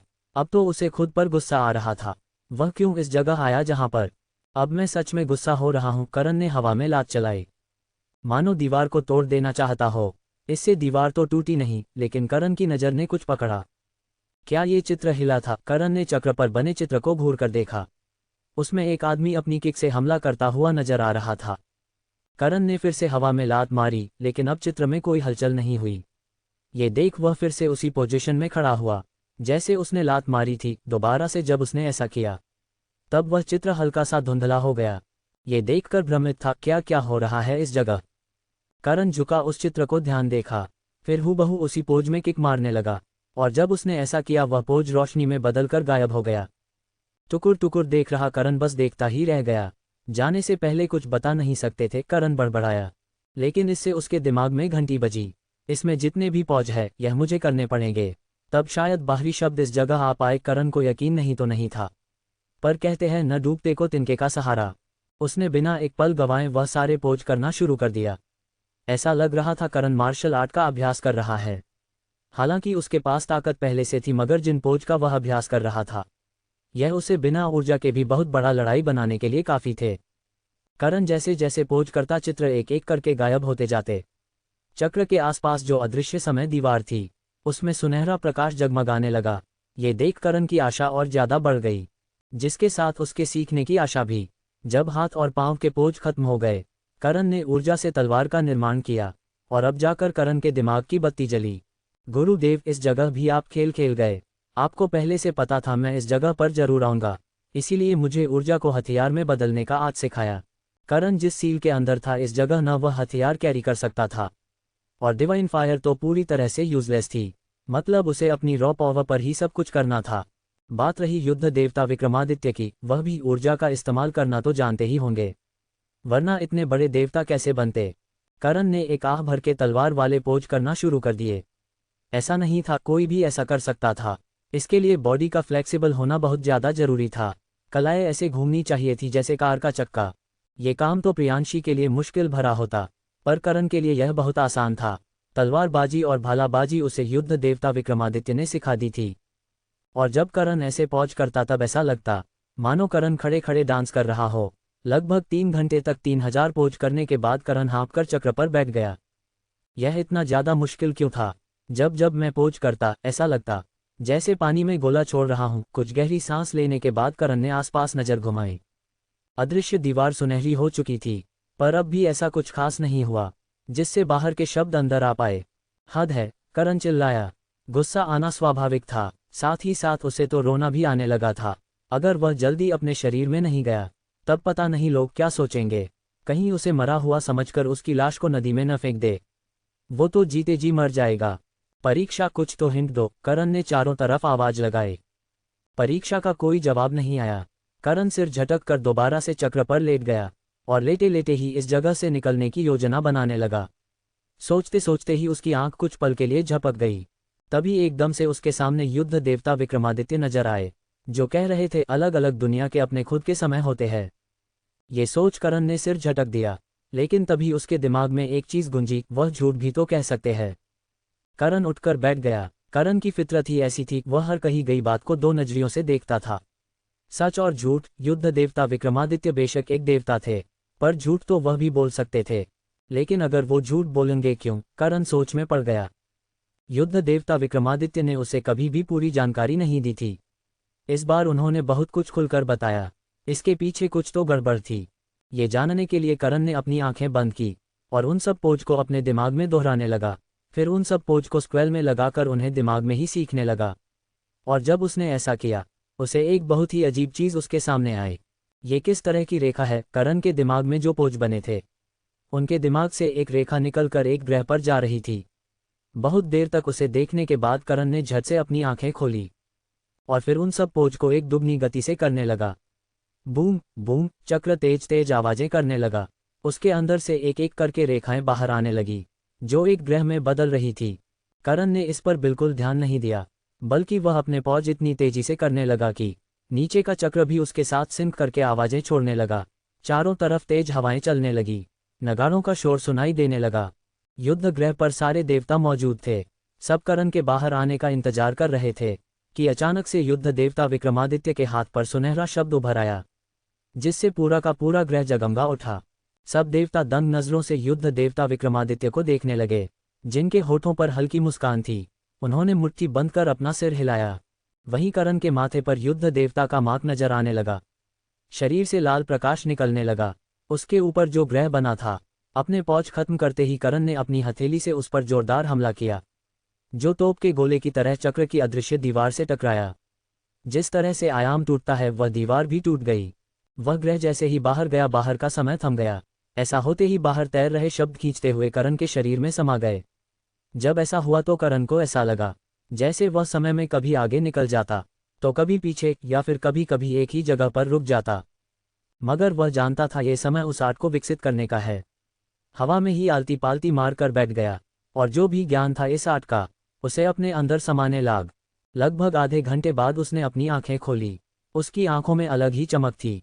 ऐसा लग रहा था मानो कोई अनुभवी योद्धा जाग उठा हो।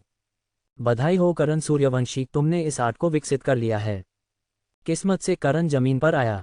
परीक्षा ने सवाल किया, युद्ध देवता बनने का ये सिर्फ पहला कदम है, इसके आगे भी और परीक्षा होने वाली है। मैं तुम्हारे अंतर मन से जब ही जाऊंगा जब तुम हार मानकर देवता बनने की जिद छोड़ दोगे, या फिर देवता बन जाओगे। छोड़ने के आसार ज्यादा है, करण मन में बड़बड़ाया। तभी परीक्षा ने सवाल किया, तुमने ये परीक्षा सबसे जल्दी पास की है। खुद युद्ध देवता विक्रमादित्य ने तुम्हारा साथ दिया है, मगर क्या उन्होंने तुम्हारी इस परीक्षा में किसी भी तरह से मदद की है? मदद नहीं तो उन्होंने कोई मदद नहीं की। परीक्षा शांत हो गई, मानो भांप रही हो। करण झूठ तो नहीं बोल रहा था, इसीलिए उसने अपना अगला सवाल किया, तुम इस परीक्षा से क्या सीखे? इस परीक्षा का उद्देश्य था। ध्यान रहे, गलत जवाब देने पर तुम्हारी ये परीक्षा रद्द कर दी जाएगी। करण परेशान हो गया, मगर सब कुछ सोचकर उसने कहा, यह परीक्षा युद्ध का देवता बनाने के लिए है, और यह बनने के लिए मुझे युद्ध के दांव पे जाने चाहिए। हर हथियार का इस्तेमाल करना आना चाहिए, और समय का ख्याल रखना चाहिए। बहुत खूब, अब ये बताओ तुम्हें ये क्यों लगा? ऐसा करने से तुम बाहर का तेज समय रोक सकते हो। दरअसल परीक्षा को शक था। उसे लग रहा था इस जगह युद्ध देवता विक्रमादित्य ने उसकी मदद की है।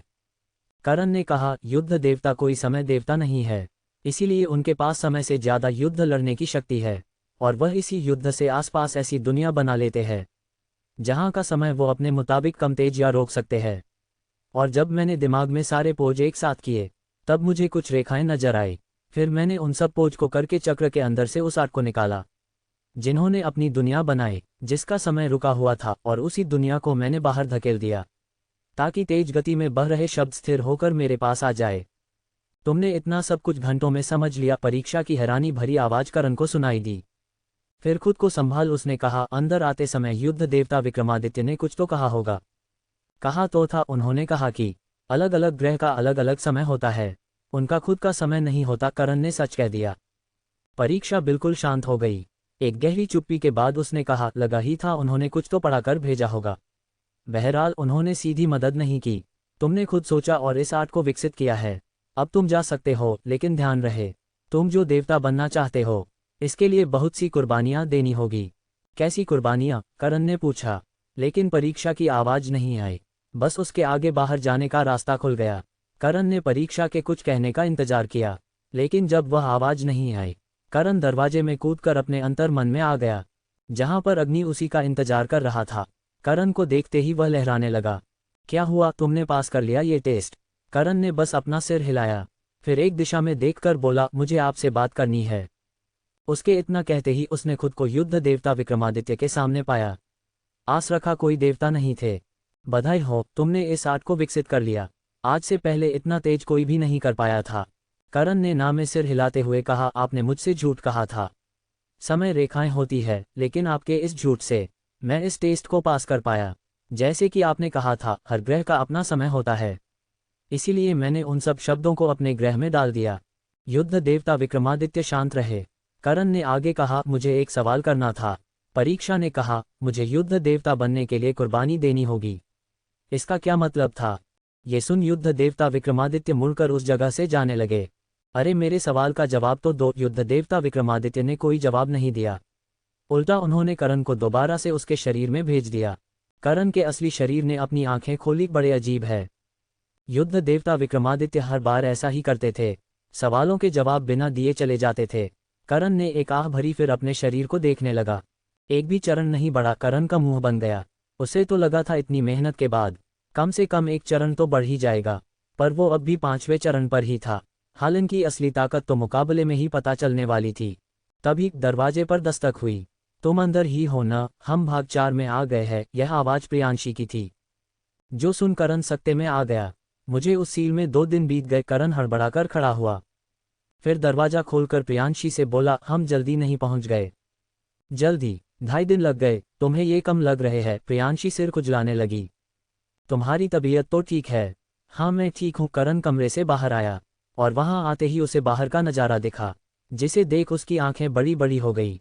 आसमान में बड़े बड़े जहाज उड़ रहे थे। दूर दूर तक करण को बड़ी बड़ी इमारतें नजर आ रही थी। करण ने जब नीचे झांक कर देखा, तो उसके मुंह से निकल गया, ये जंगल है या शहर? नीचे जंगल नहीं था, और जो था उसके बीच बड़े बड़े शहर बने हुए थे। यहाँ तक कि दूर समंदर भी नजर आ रहा था। हाँ मैं भी चौंक गई थी ये देखकर। जंगल तो बस भाग 3 तक है, बाकी भाग 4 तो शहरों से भरा पड़ा है, प्रियांशी बोली। उसे खुद बड़ा अजीब लग रहा था, मगर हकीकत तो यही थी। काला भालू कबीला और बाकी लोग एक जंगल में नहीं बल्कि सुख सुविधा वाली जगहों पर रहते थे। चले मास्टर, सुपारी क्लब का खेल खत्म करने। ज्वाला पक्षी किंग, जो अब पीले और लाल रंग के मुर्गे में बदल गया था, वह करण के जहाज पर चढ़ा हुआ था। हाँ चलते हैं, करण बोला। प्रियांशी, एक बार फिर सोच लो, मुझे उस रॉय से बदला लेना है। ठीक है, मैं उसे जिंदा ले आऊंगा। ले लेना बदला, बात खुश। प्रियांशी का मुंह फूल गया। अभी शंकर और बाकी सब भी उसके पास ही आ गए थे। करण ने पिस्टल बिस्ट को प्रियांशी के पास रहने के लिए कहा था।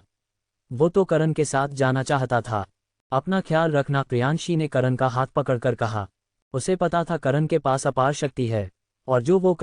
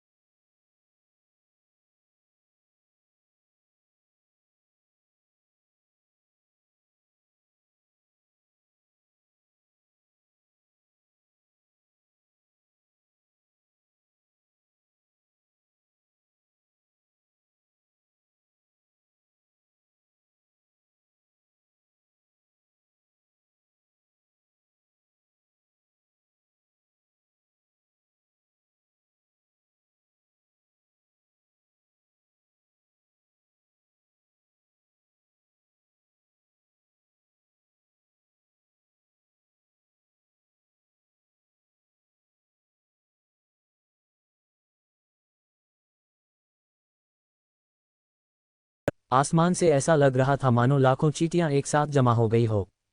वहीं उन लोगों को आसमान में एक विशालकाय बीस्ट उड़ता हुआ नजर आ रहा था।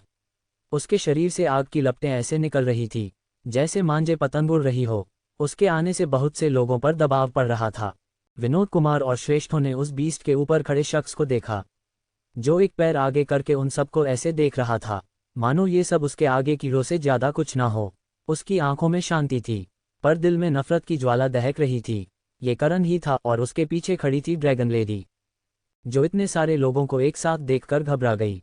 ये तक 1000 से भी ज्यादा है लीडर, हमें इनसे सीधी लड़ाई नहीं करनी चाहिए, योजना बनाकर लड़ना चाहिए। ड्रैगन लेडी ने करण को समझाने की कोशिश की, मगर करण कुछ भी सुनने के मूड में नहीं था। उसकी नज़रों के सामने तो प्रियांशी पर आए चोट के निशान दिख रहे थे। अगर गुरुदेव ने प्रियांशी को नकारात्मक ऊर्जा वाली तकनीक नहीं दी होती तो आज प्रियांशी की लाश को जलता हुआ देख रहा होता। ये सोच सोचकर करण का माथा गर्म होता चला जा रहा था। उसकी आभा किलिंग इंटेंट में बदल गई थी। ड्रैगन लेडी बहुत ज्यादा हैरान थी, अभी तक तो ये ठीक थे, फिर अचानक से इनका व्यवहार बदल कैसे गया। इधर विनोद कुमार ने करण की पहचान का पता लगा लिया, इससे उसके चेहरे पर मुस्कान तैर गई। हमारे गरीब खाने में खुद देवांश दल के लीडर पधारे हैं। आपने तो हमारे सुपारी क्लब को धन्य कर दिया। आप किसकी सुपारी देने आए हैं इस जगह? विनोद कुमार को करण से कोई डर नहीं था। उसके पास 1000 से ज्यादा लोग थे। खुद वह 7वें चरण महासम्राट था। कुछ समय बाद वह कमली को हटाकर खुद गार्ड टॉवर बनने वाला था। और करण, वो तो बस 5वें चरण का महासम्राट था। आया भी 2 लोगों को है। हाँ, उसका बीस्ट थोड़ा ज्यादा ताकतवर है, मगर वह लोग सुपारी क्लब के अंदर थे। इस बीस्ट को भी वह लोग आराम से पकड़कर मार सकते थे। बात रही उस लड़की की, तो उसे कुचलना कोई बड़ी बात नहीं थी। करण ने चारों तरफ नजरें फैलाकर गहरी आवाज में कहा, सुपारी चाहिए? रॉय और कमली की सुपारी देता हूं। उन्हें मार दिया तो इनाम में आसान मौत, और नहीं माने तो बेरहम मौत। विनोद कुमार जोर जोर से हंसने लगा। बाकी लोगों की भी हंसी छूट गई। उन्हें तो ये लड़का पागल लग रहा था। सही कहते हैं भाई, ज्यादा ताकत इंसान का माथा घुमा देती है। सब ताली पीट पीट कर करण का मजाक बना रहे थे। विनोद कुमार ने चुटकी बजाई, फॉर्मेशन एक्टिवेट करो, ये जान बचाकर इस जगह से भाग ना पाए। कुछ लोग इस आदेश का पालन करने लगे। उन सब ने पूरे शहर को एक कवच से घेर दिया। ड्रैगन लेडी तो डर रही थी, मगर करण बेफिक्र था, मानो उसे कोई फर्क न पड़ता हो। तुम यही रहना, मैं थोड़ी देर में आता हूं। करण ने ज्वाला पक्षी किंग से छलांग लगाई और सीधा उस भीड़ के बीच में आ गया। जब वह रुका था उस जगह पर ऐसी आभा फैली कि 10-20 लोग बिना कुछ करे ही बेजान होकर जमीन पर गिर पड़े। ड्रैगन लेडी को करण का दिमाग खराब लग रहा था। वह उसे रोकना चाहती थी, और तभी विनोद कुमार ने हंसते हुए कहा, तुमने किस्मत से एक गार्ड टॉवर किया बर्बाद कर दिया। तुम्हें लगता है तुम इस टॉवर को भी बर्बाद कर दोगे? बेवकूफ लड़के, तूने इस जगह आके मुझे मौका दे दिया श्रेष्ठ रॉय के सामने बड़ा बनने का। अब मैं तुझे मारकर ऊपरी लोगों की नजरों में आ जाऊंगा। अंडरस्को बड़े कमजोर थे। विनोद कुमार को इसमें एक बड़ा मौका नजर आ रहा था, जहां वह खुद को कमली से ज्यादा बेहतर साबित कर सकता था, और क्या पता रॉय उसे गार्ड टॉवर बना दे। मगर करण ने तो उसकी बातों को पूरी तरह से नजरअंदाज कर दिया। रॉय कहाँ है? उसने फिर से पूछा। विनोद कुमार ने सिर झटका, रॉय चाहिए? वो तो राक्षसी शहर के लिए गए हैं। उन्हें मारना चाहता है? ठीक जा, पर पहले इस जगह से निकल के दिखा। फिर तेज आवाज में बोला, खत्म कर दो इसे। ये सुनकर सब अपनी शक्तियों को अपने शरीर से धड़ाधड़ निकालने लगे। उस जगह का माहौल अचानक से बहुत ज्यादा खतरनाक हो गया था। करण को घेर कर लोग ऐसे खड़े हो गए थे मानो करण की हड्डियां तक चबा जाएंगे। बहुत बड़ा पागल है रे तू, जो इस जगह आ गया। सही कहा, एक काम करते हैं, मैं इसका सिर काटूंगा, तू इसका हाथ काट, और मैं कुछ और ही काट देता हूं। एक लड़के ने खंजर निकालकर भयानक हंसी दी। करण ने हल्के से अपना सिर हिलाया, मतलब वह अपने टॉवर की तबाही खुद अपनी आंखों से नहीं देख पाएगा। करण ने कलाई घुमाकर अपनी अग्निहास तलवार निकाल ली, मगर वह टूटी हुई थी, इस वजह से सबकी हंसी छूट गई। ये टूटी तलवार से लड़ेगा? भाई, इसका तो सच में दिमाग खराब है। इसे लीडर बना किसने दिया? हद है, ऐसे लोग भी लीडर बन जाते हैं। फिर तो मुझे इनका बाप होना चाहिए। बाप तो छोटा शब्द है। दादा? दादा कैसा है? पता नहीं बिजली चिल कबीले के लीडर ने क्या देखकर समर्पण किया होगा। सुपारी क्लब के लोग तो हंस हंस के ही मर जाने वाले थे। विनोद कुमार को तो करण से आसान टारगेट पहले कभी दिखा ही नहीं था। कम ताकत, टूटी तलवार, फिर भी इतना ज्यादा घमंड। इसे तो वह अपने जूते तले कुचल देगा। ड्रैगन लेडी और ज्वाला पक्षी किंग भी अजीब महसूस कर रहे थे।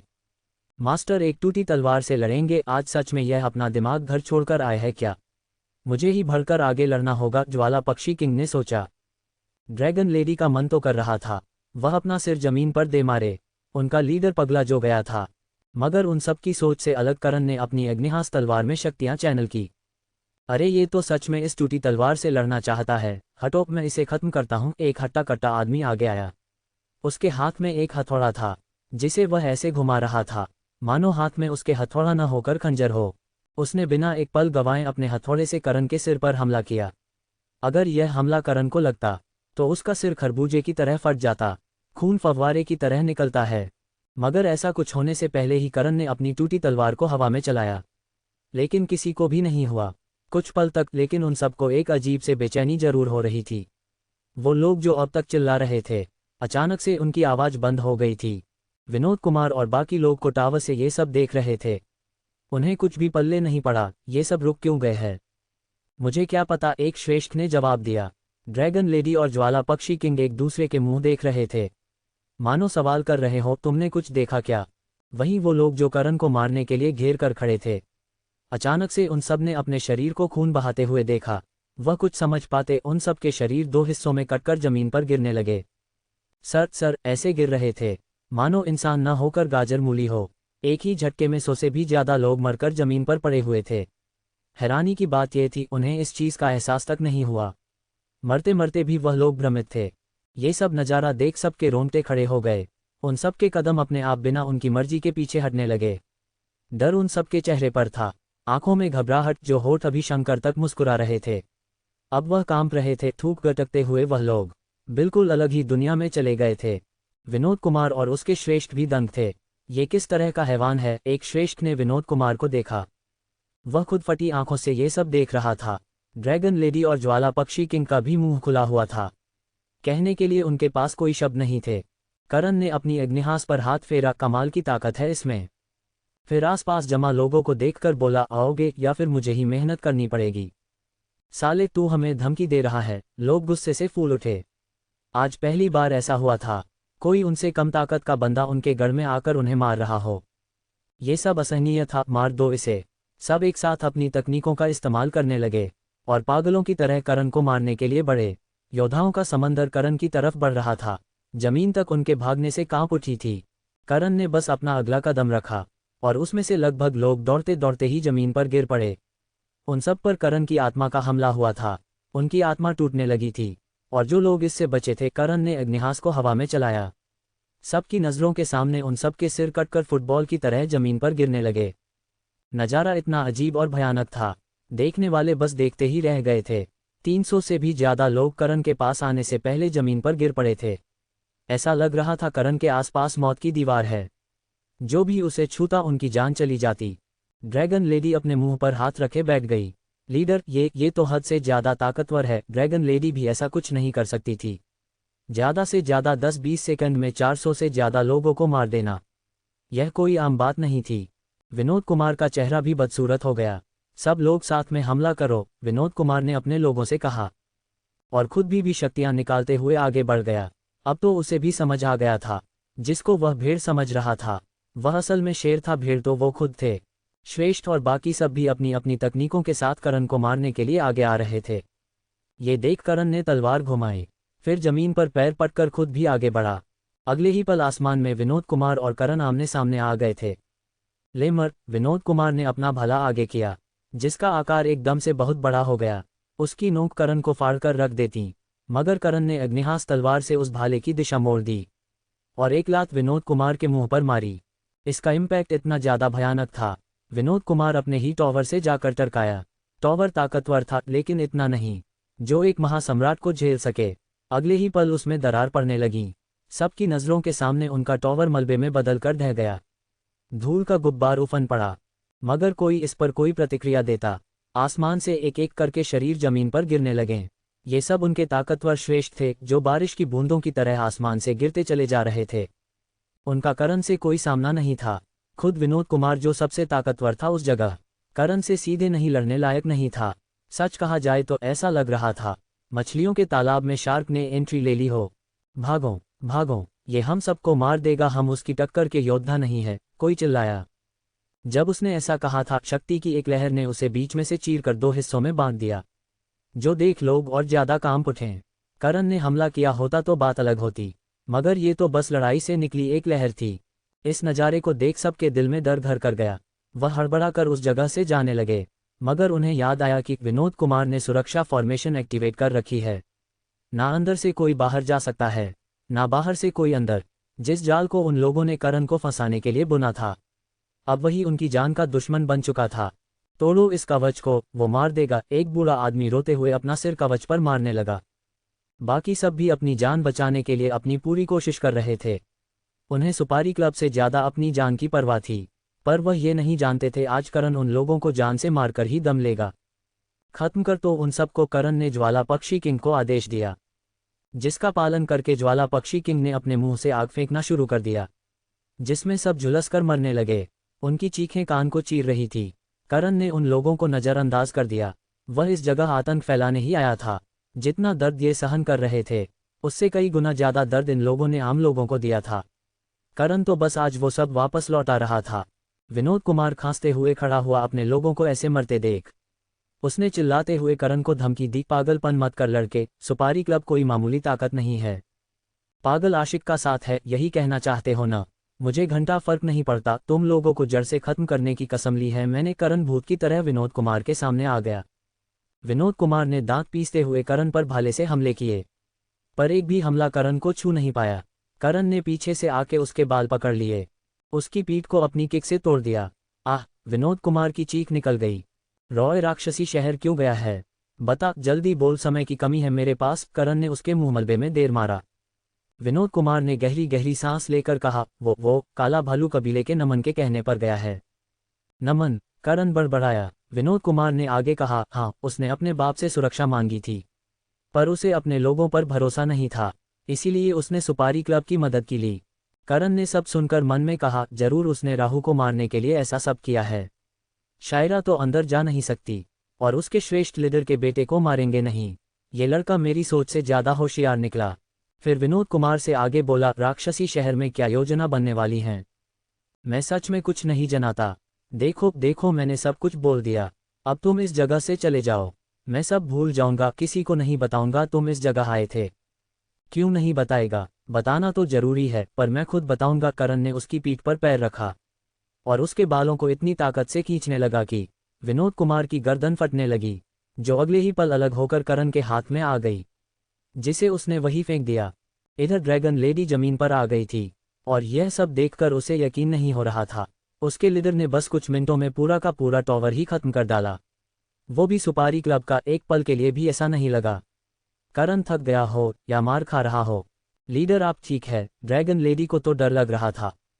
करण ने उसे नज़रअंदाज किया, अग्निहास को अपनी स्टोरेज रिंग में रखा। इस मलबे को हटाओ, करण ने आदेश दिया। ड्रैगन लेडी ने बिना एक पल गंवाए टॉवर के मलबे को अपनी शक्तियों से बिखेर दिया। आप कुछ ढूंढ रहे हैं लीडर? ड्रैगन लेडी को लगा करण इस जगह कोई जरूरी चीज ढूंढ रहा है, वरना मलबे को क्यों हटाता। करण ने हामी भरी, सुपारी क्लब का ये टॉवर काफी समय से था। इस जगह उनकी दौलत और रिजॉर्ट भी होंगे। हमारे जाने के बाद कोई और उसे हड़प ले, हमें सब लूटना होगा। है? ड्रैगन लेडी का मुंह अजीब सा हो गया। उसके दिमाग में ताशे बज रहे थे। उसका लीडर खुलेआम लूटने की बात कर रहा था। ये बदला लेने आया था या लूटपाट के लिए इसने जंग लड़ी थी? फिर इन चीजों को उसने नजरअंदर कर दिया। अक्सर जितने वाले दुश्मन का सामान ले लेते थे, ऐसा उसने सोचा ही था कि। करण ने कहा, तुम खड़े खड़े क्या कर रही हो? उन सब लाशों से उनकी स्टोरेज रिंग जमा करो, उसमें मोटा माल होगा, जाओ। करण एक रुपया भी इस जगह छोड़ने के मूड में नहीं था। वह टॉवर के अंदर का माल लूटेगा, जब तक ये लड़की भी थोड़ी मेहनत कर लेगी। ड्रैगन लेडी तो शोक में चली गई थी।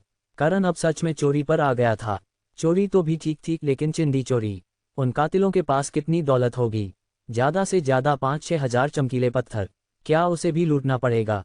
ये देवांश दल के लीडर पर सूट करता है क्या? अरे ऐसा काम तो वह तब भी नहीं करती थी, जब वह जंगल में रहा करती थी। उस पागल लड़की को एक ही जगह पर खड़े देख। करण ने सख्ती से कहा, अब क्या पहली श्रेष्ठ को लेकर आऊं इस जगह? नहीं नहीं, ड्रैगन ने हड़बड़ाए। करती हूं। ड्रैगन लेडी मन पर पत्थर रख के उन सब की स्टोरेज रिंग चुराने लगी। करण ने उसे नजरअंदाज किया, फिर मलबे में चढ़कर काम की चीजें ढूंढने लगा। कितनी आसानी से मारे गए, बिना घमंड के लड़ते।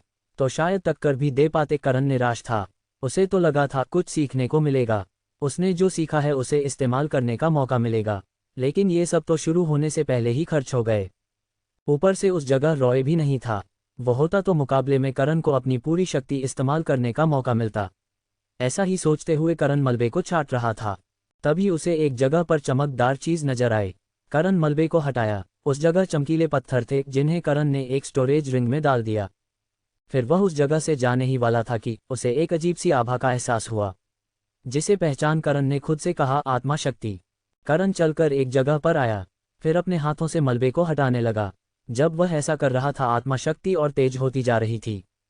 अंडस्को राक्षसी शहर में एंट्री। करण को मलबे के अंदर से किसी आत्मा शक्ति का आभास बड़ी तेजी से हो रहा था, इसीलिए उसने मलबे को जोरों से हटाना जारी रखा। थोड़ी देर बाद उसे अंदर कई सारे सफ़ेद रंग के पत्थर नजर आए, जो अदरक की तरह दिखते थे। करण उन्हें छूता तभी उसे डायमंड पेड़ की आवाज़ सुनाई दी, मास्टर यह बड़े ही खास पत्थर है, अगर आप बुरा न माने तो क्या आप मुझे इसे लेने देंगे? इनसे मेरी ताकत में इजाफा होगा। कितना इजाफा होगा इसका पता नहीं, लेकिन जिस तरह के यह है उससे तो लगता है शायद मैं चक्रवर्ती सम्राट तक पहुंच सकता हूं। करण ने कुछ पल सोचने के बाद अग्नि से पूछा, तुम इन पत्थरों के बारे में कुछ जानते हो? अग्नि ने लहराते हुए उसे देखा। ये खास आत्मा पत्थर है जो अक्सर जमीन और पहाड़ी इलाकों में मिलते हैं। ये काफ़ी अनोखे होते हैं, इनका मिलना सच में बड़ी बात है। ये जानकर करण ने आसपास का इलाका देखा, फिर डायमंड पेड़ से बोला, जमीन के अंदर जाकर अभ्यास करो। जब स्तर बढ़ जाए तो देवांश दल आ जाना। नहीं, एक काम करो, इसी जगह पर रुक कर रखवाली करना है, कोई और इस जगह आके कब्जा न करें, लेकिन तब ही ऐसा करना जब तुम अपना अभ्यास पूरा कर लो। आप बेफिक्र रहिए मास्टर। डायमंड पेड़ रिंग से निकलकर जमीन में छेद करके अंदर चला गया, साथ में उन पत्थरों को भी ले गया। चलो, सबके स्तर तो बढ़ गए। अरे नहीं, कंकाल बीस्ट रह गया है, उसका बाद में देखूंगा। करण पलटकर बाहर आ गया। जल्दी ही ड्रैगन लेडी करण के सामने स्टोरेज रिंग ले आईं। करण ने उन सबको अपने पास रख लिया। ये सब दल के काम आने वाली थीं। प्राचीन बिजली चिल कबीले से जो उनका हिसाब बिगड़ा था, यह उसे रस्ते पर लाने का एक तरीका था। ज्वाला पक्षी किंग भी अब तक करण के पास आ गया था। अभी क्या करना मास्टर? करण ने आसपास देखा, जो लोग मर चुके थे उन्हें एक नज़र देखने के बाद वह ज्वाला पक्षी किंग पर आ गया। चलो बटुक शहर चलते हैं। ये सुनकर ड्रैगन लेडी भी सवार हो गई। ऊंचाई पर आने के बाद करण ने ज्वाला पक्षी किंग को रोका, फिर गहरी और तेज आवाज में बोला, जानता हूं कुछ लोग जिंदा है, मेरे जाने के बाद इस जगह से चले जाना, वरना अपने श्रेष्ठ से भी बुरी मौत मारे जाओगे। करण ने ज्वाला पक्षी किंग को आगे बढ़ने का इशारा किया। दूर निकलने के बाद ड्रैगन लेडी ने भ्रमित भाव प्रकट किए। उस जगह लोग जिंदा थे तो फिर आपने उन्हें तुरंत खत्म क्यों नहीं कर दिया? उन्हें जिंदा छोड़ने का क्या मतलब था? करण ने कहा, ताकि वो लोग सुंदर वन जंगल में यह बात फैला दें। उनका सुपारी क्लब टॉवर खत्म हो गया है और उसे खत्म करने वाला देवांश दल है, लेकिन इससे तो मेनलैंड आपसे नाराज हो जाएगा और हमारे दल पर हमला करने के लिए लोगों को भेजेगा। उसे खबर तब भी पता लगेगी, और जब पता लगनी ही है तो क्यों न हमारी ताकत से उन्हें पता चले। सुंदर वन जंगल को भी संदेश पहुंच जाएगा। देवांश दल को छेड़ने का क्या मतलब है? करण को एक चीज का डर था, उसकी पहचान बाहर आने का, मगर इस जगह मुद्दा देवांश दल के बदला लेने का था। पागल आशिक भी इस बात को ज्यादा गंभीरता से नहीं लेगा, और अगर लेगा तो खुद उससे लड़ने नहीं आएगा। ड्रैगन लेडी को करण के बेखौफ अंदाज से प्रेरणा मिली रही थी। सच में उनका लीडर बाकी लोगों से बहुत अलग था, अकेले हजारों लोगों को मार डालता था। ऐसा करके उसके चेहरे पर रत्ती भर का भी घमंड नहीं था, वरना उस जैसी योद्धा तो आसमान में जाकर बैठ जाती। सुपारी क्लब के टॉवर को खत्म करना मतलब दुनिया की टॉप शक्ति से पंगा लेना। ऐसा काम तो खुद काला भालू कबीला भी नहीं कर सकता था। बहरहाल इस जगह से दूर बटुक शहर में सब करण का इंतजार कर रहे थे। कुछ लोग जैसे कि राहु तो ही गया था, बाकी लोग भी उबासी ले रहे थे, और कालचीत अंदर ही अंदर फूंक रहा था, ये लड़का अपने आप को समझता क्या है, हम सबका बाप। इसे एहसास भी है ये किस महान दानव को इंतजार करवा रहा है। इस जगह के इंसान सच में बहुत ही ज्यादा घमंडी है। कालचीत को तो ऐसा ही लग रहा था, मानो करण उन सबको नीचा दिखाने के लिए इतनी देर से आ रहा है। पिछली बार भी उसने वादा किया था और आया नहीं था, हर बार वो उसे जूते की नोक पर रखता था। अंदर से तो कालचीत पागल हो रहा था, मगर बाहर से वह बिल्कुल शांत था, मानो उसे कोई फर्क न पड़ रहा हो। लीडर विश्वनाथ और बाकी सब लीडर भी अब सच में झेप गए थे, खासकर अजगर वंश कबीले का लीडर गोंडा। उसका तो मन किया वह प्रियांशी की पिटाई करके पूछे कि कब आएगा वो लड़का। मगर अपने जज्बातों को काबू में करके उसने कहा, और कितना इंतजार करना लड़ेगा। लीडर गुरु को समय की परवाह है या नहीं? इस जगह इतने बड़े बड़े लोग उसका इंतजार कर रहे हैं। तुम लोग हम पर क्या एहसान कर रहे हो? वो अपनी मर्जी से अपने समय पर आएगा। तुम्हें जाने की इतनी आग लगी है तो जाओ यहाँ से, करण ने उसे डांट दिया। डांट किया दिया, असल में तो उसने उसे हकाल दिया था। इसके कबीले ने ही वायरस वाला कांड किया था। उसे प्रियांशी भूली नहीं थी।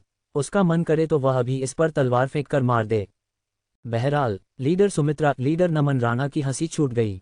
बाकी लोग भी अपने मुंह पर हाथ रख आया नहीं था। हर बार वो उसे जूते की नोक पर रखता था। अंदर से तो कालचीत पागल हो रहा था, मगर बाहर से वह बिल्कुल शांत था, मानो उसे कोई फर्क न पड़ रहा हो। लीडर विश्वनाथ और बाकी सब लीडर भी अब सच में झेप गए थे, खासकर अजगर वंश कबीले का लीडर गोंडा। उसका तो मन किया वह प्रियांशी की पिटाई करके पूछे कि कब आएगा वो लड़का, मगर अपने जज्बातों को काबू में करके उसने कहा, और कितना इंतजार करना लड़ेगा। लीडर गुरु को समय की परवाह है या नहीं? इस जगह इतने बड़े बड़े लोग उसका इंतजार कर रहे हैं। तुम लोग हम पर क्या एहसान कर रहे हो?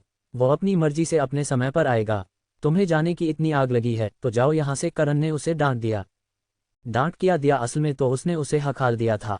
इसके कबीले ने ही वायरस वाला कांड किया था। उसे प्रियांशी भूली नहीं थी। उसका मन करे तो वह अभी इस पर तलवार फेंक कर मार दे। बहरहाल लीडर सुमित्रा, लीडर नमन राणा की हंसी छूट गई।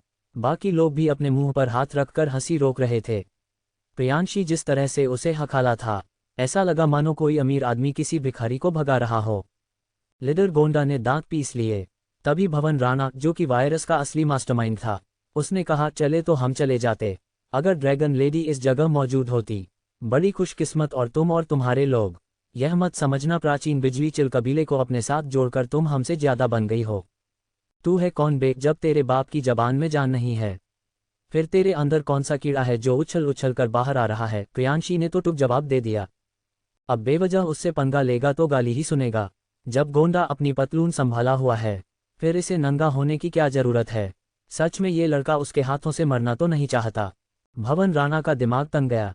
वह कुछ कहता कि लीडर गोंडा ने उसे चुप रहने के लिए कहा, और फिर प्रियांशी को खा जाने वाली नजरों से देखने के बाद अपना मुंह फेर लिया था।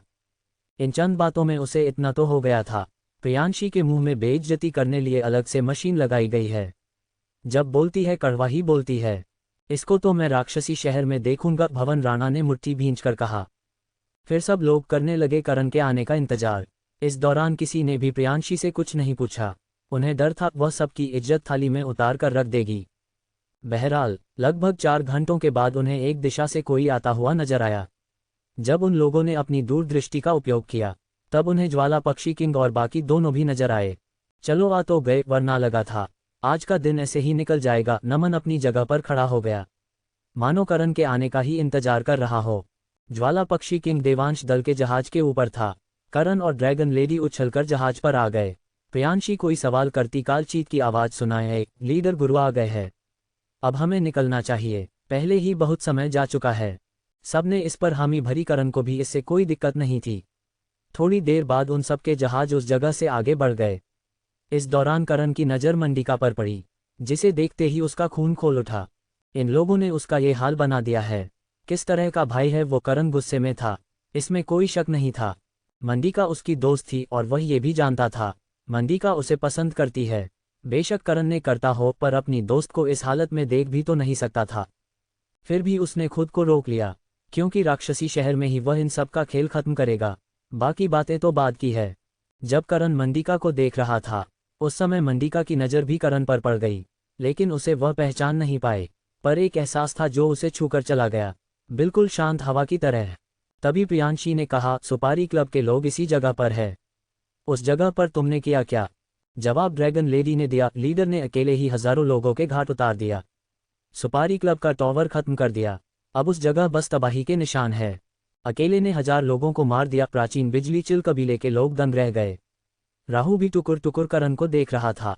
उसे पता था करण बहुत ताकतवर है, मगर अकेले ने 1000 को निपटा दिया। ये थोड़ा सुनने में ओवर लगता है, लेकिन ड्रैगन लेडी झूठ क्यों बोलेगी?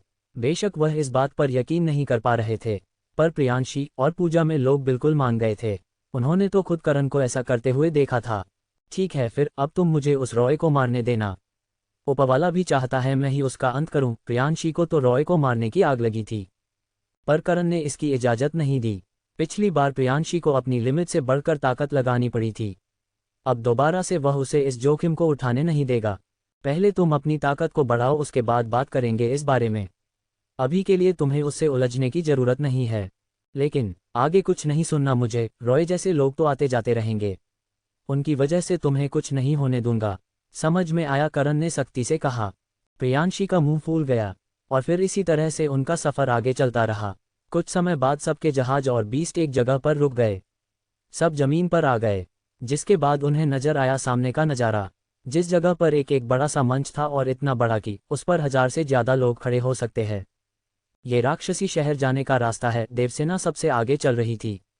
सब उस मंच के ऊपर आ गए। देवसेना ने अपनी छड़ी को मंच पर हल्के से पटका। मंच काली रोशनी के साथ चमक उठा।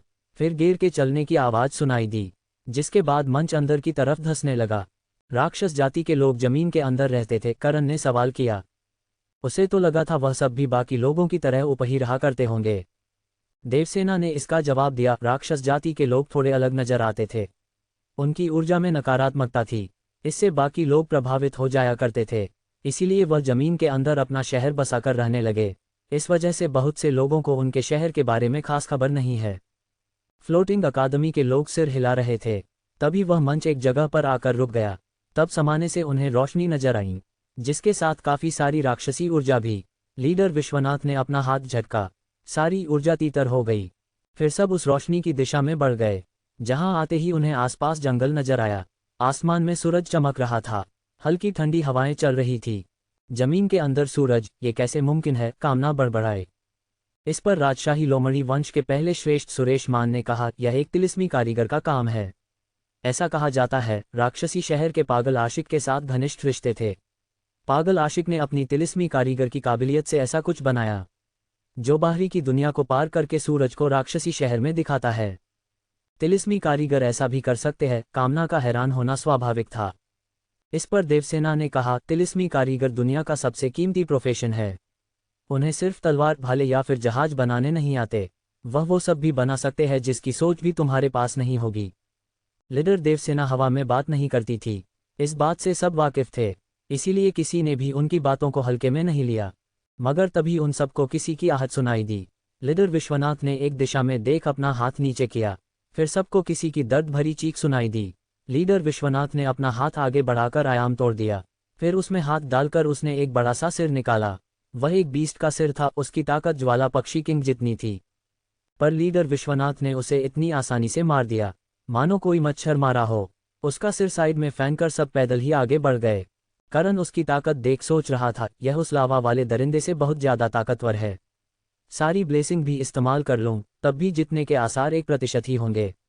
मुझे जल्द से जल्द चक्रवर्ती सम्राट स्तर हासिल करना होगा। लीडर विश्वनाथ बहुत ज़्यादा ताकतवर था, इसमें कोई शक नहीं था। उसकी आयाम में पकड़ इतनी ज़्यादा ताकतवर थी, वह एक झटके में सबको मौत के घाट उतार सकता था। अच्छा हुआ उसके साथ परख था, वरना अब तक तो देवांश दल को खत्म कर चुका होता। घर पर जाकर उसे खीर खिलाऊंगा, करण ने मन में सोचा। तभी और भी अलग अलग प्रजाति के बीस्ट उस जगह आके उन पर हमला करने लगे, जिन्हें उन लोगों ने आराम से मारा। पर फिर एक बगीचा आया जिस जगह पर्पल रंग में फूल थे। हेडमास्टर ने सबको चेतावनी दी, इन फूलों से दूर रहना, इन्हीं की वजह से मेरी पत्नी गौतमी बीमार हुई थी। करण ने उन फूलों को देखा, फिर अपना सिर हिलाने लगा। उसे उसके वही जीवाणु नजर आए जो गौतमी के अंदर थे, जिनका इलाज करण ने ही किया था। फूलों से बचकर वह सब एक जगह पर आके रुक गए। सामने एक बड़ा सा कवच था जो अंदर जाने से सबको रोक रहा था। इस जगह से बस 5वें चरण के चक्रवर्ती सम्राट ही जाएंगे, बाकी सब इसी जगह ठहर कर उनके आने का इंतजार करेंगे। देवसेना ने सबको लगभग आदेश दिया, इसके लिए किसी ने भी मना नहीं किया। वह सब इसी सहमति से तो इस जगह आए थे ताकि कोई बड़ी जंग न हो खजाने के लिए। अंडस्को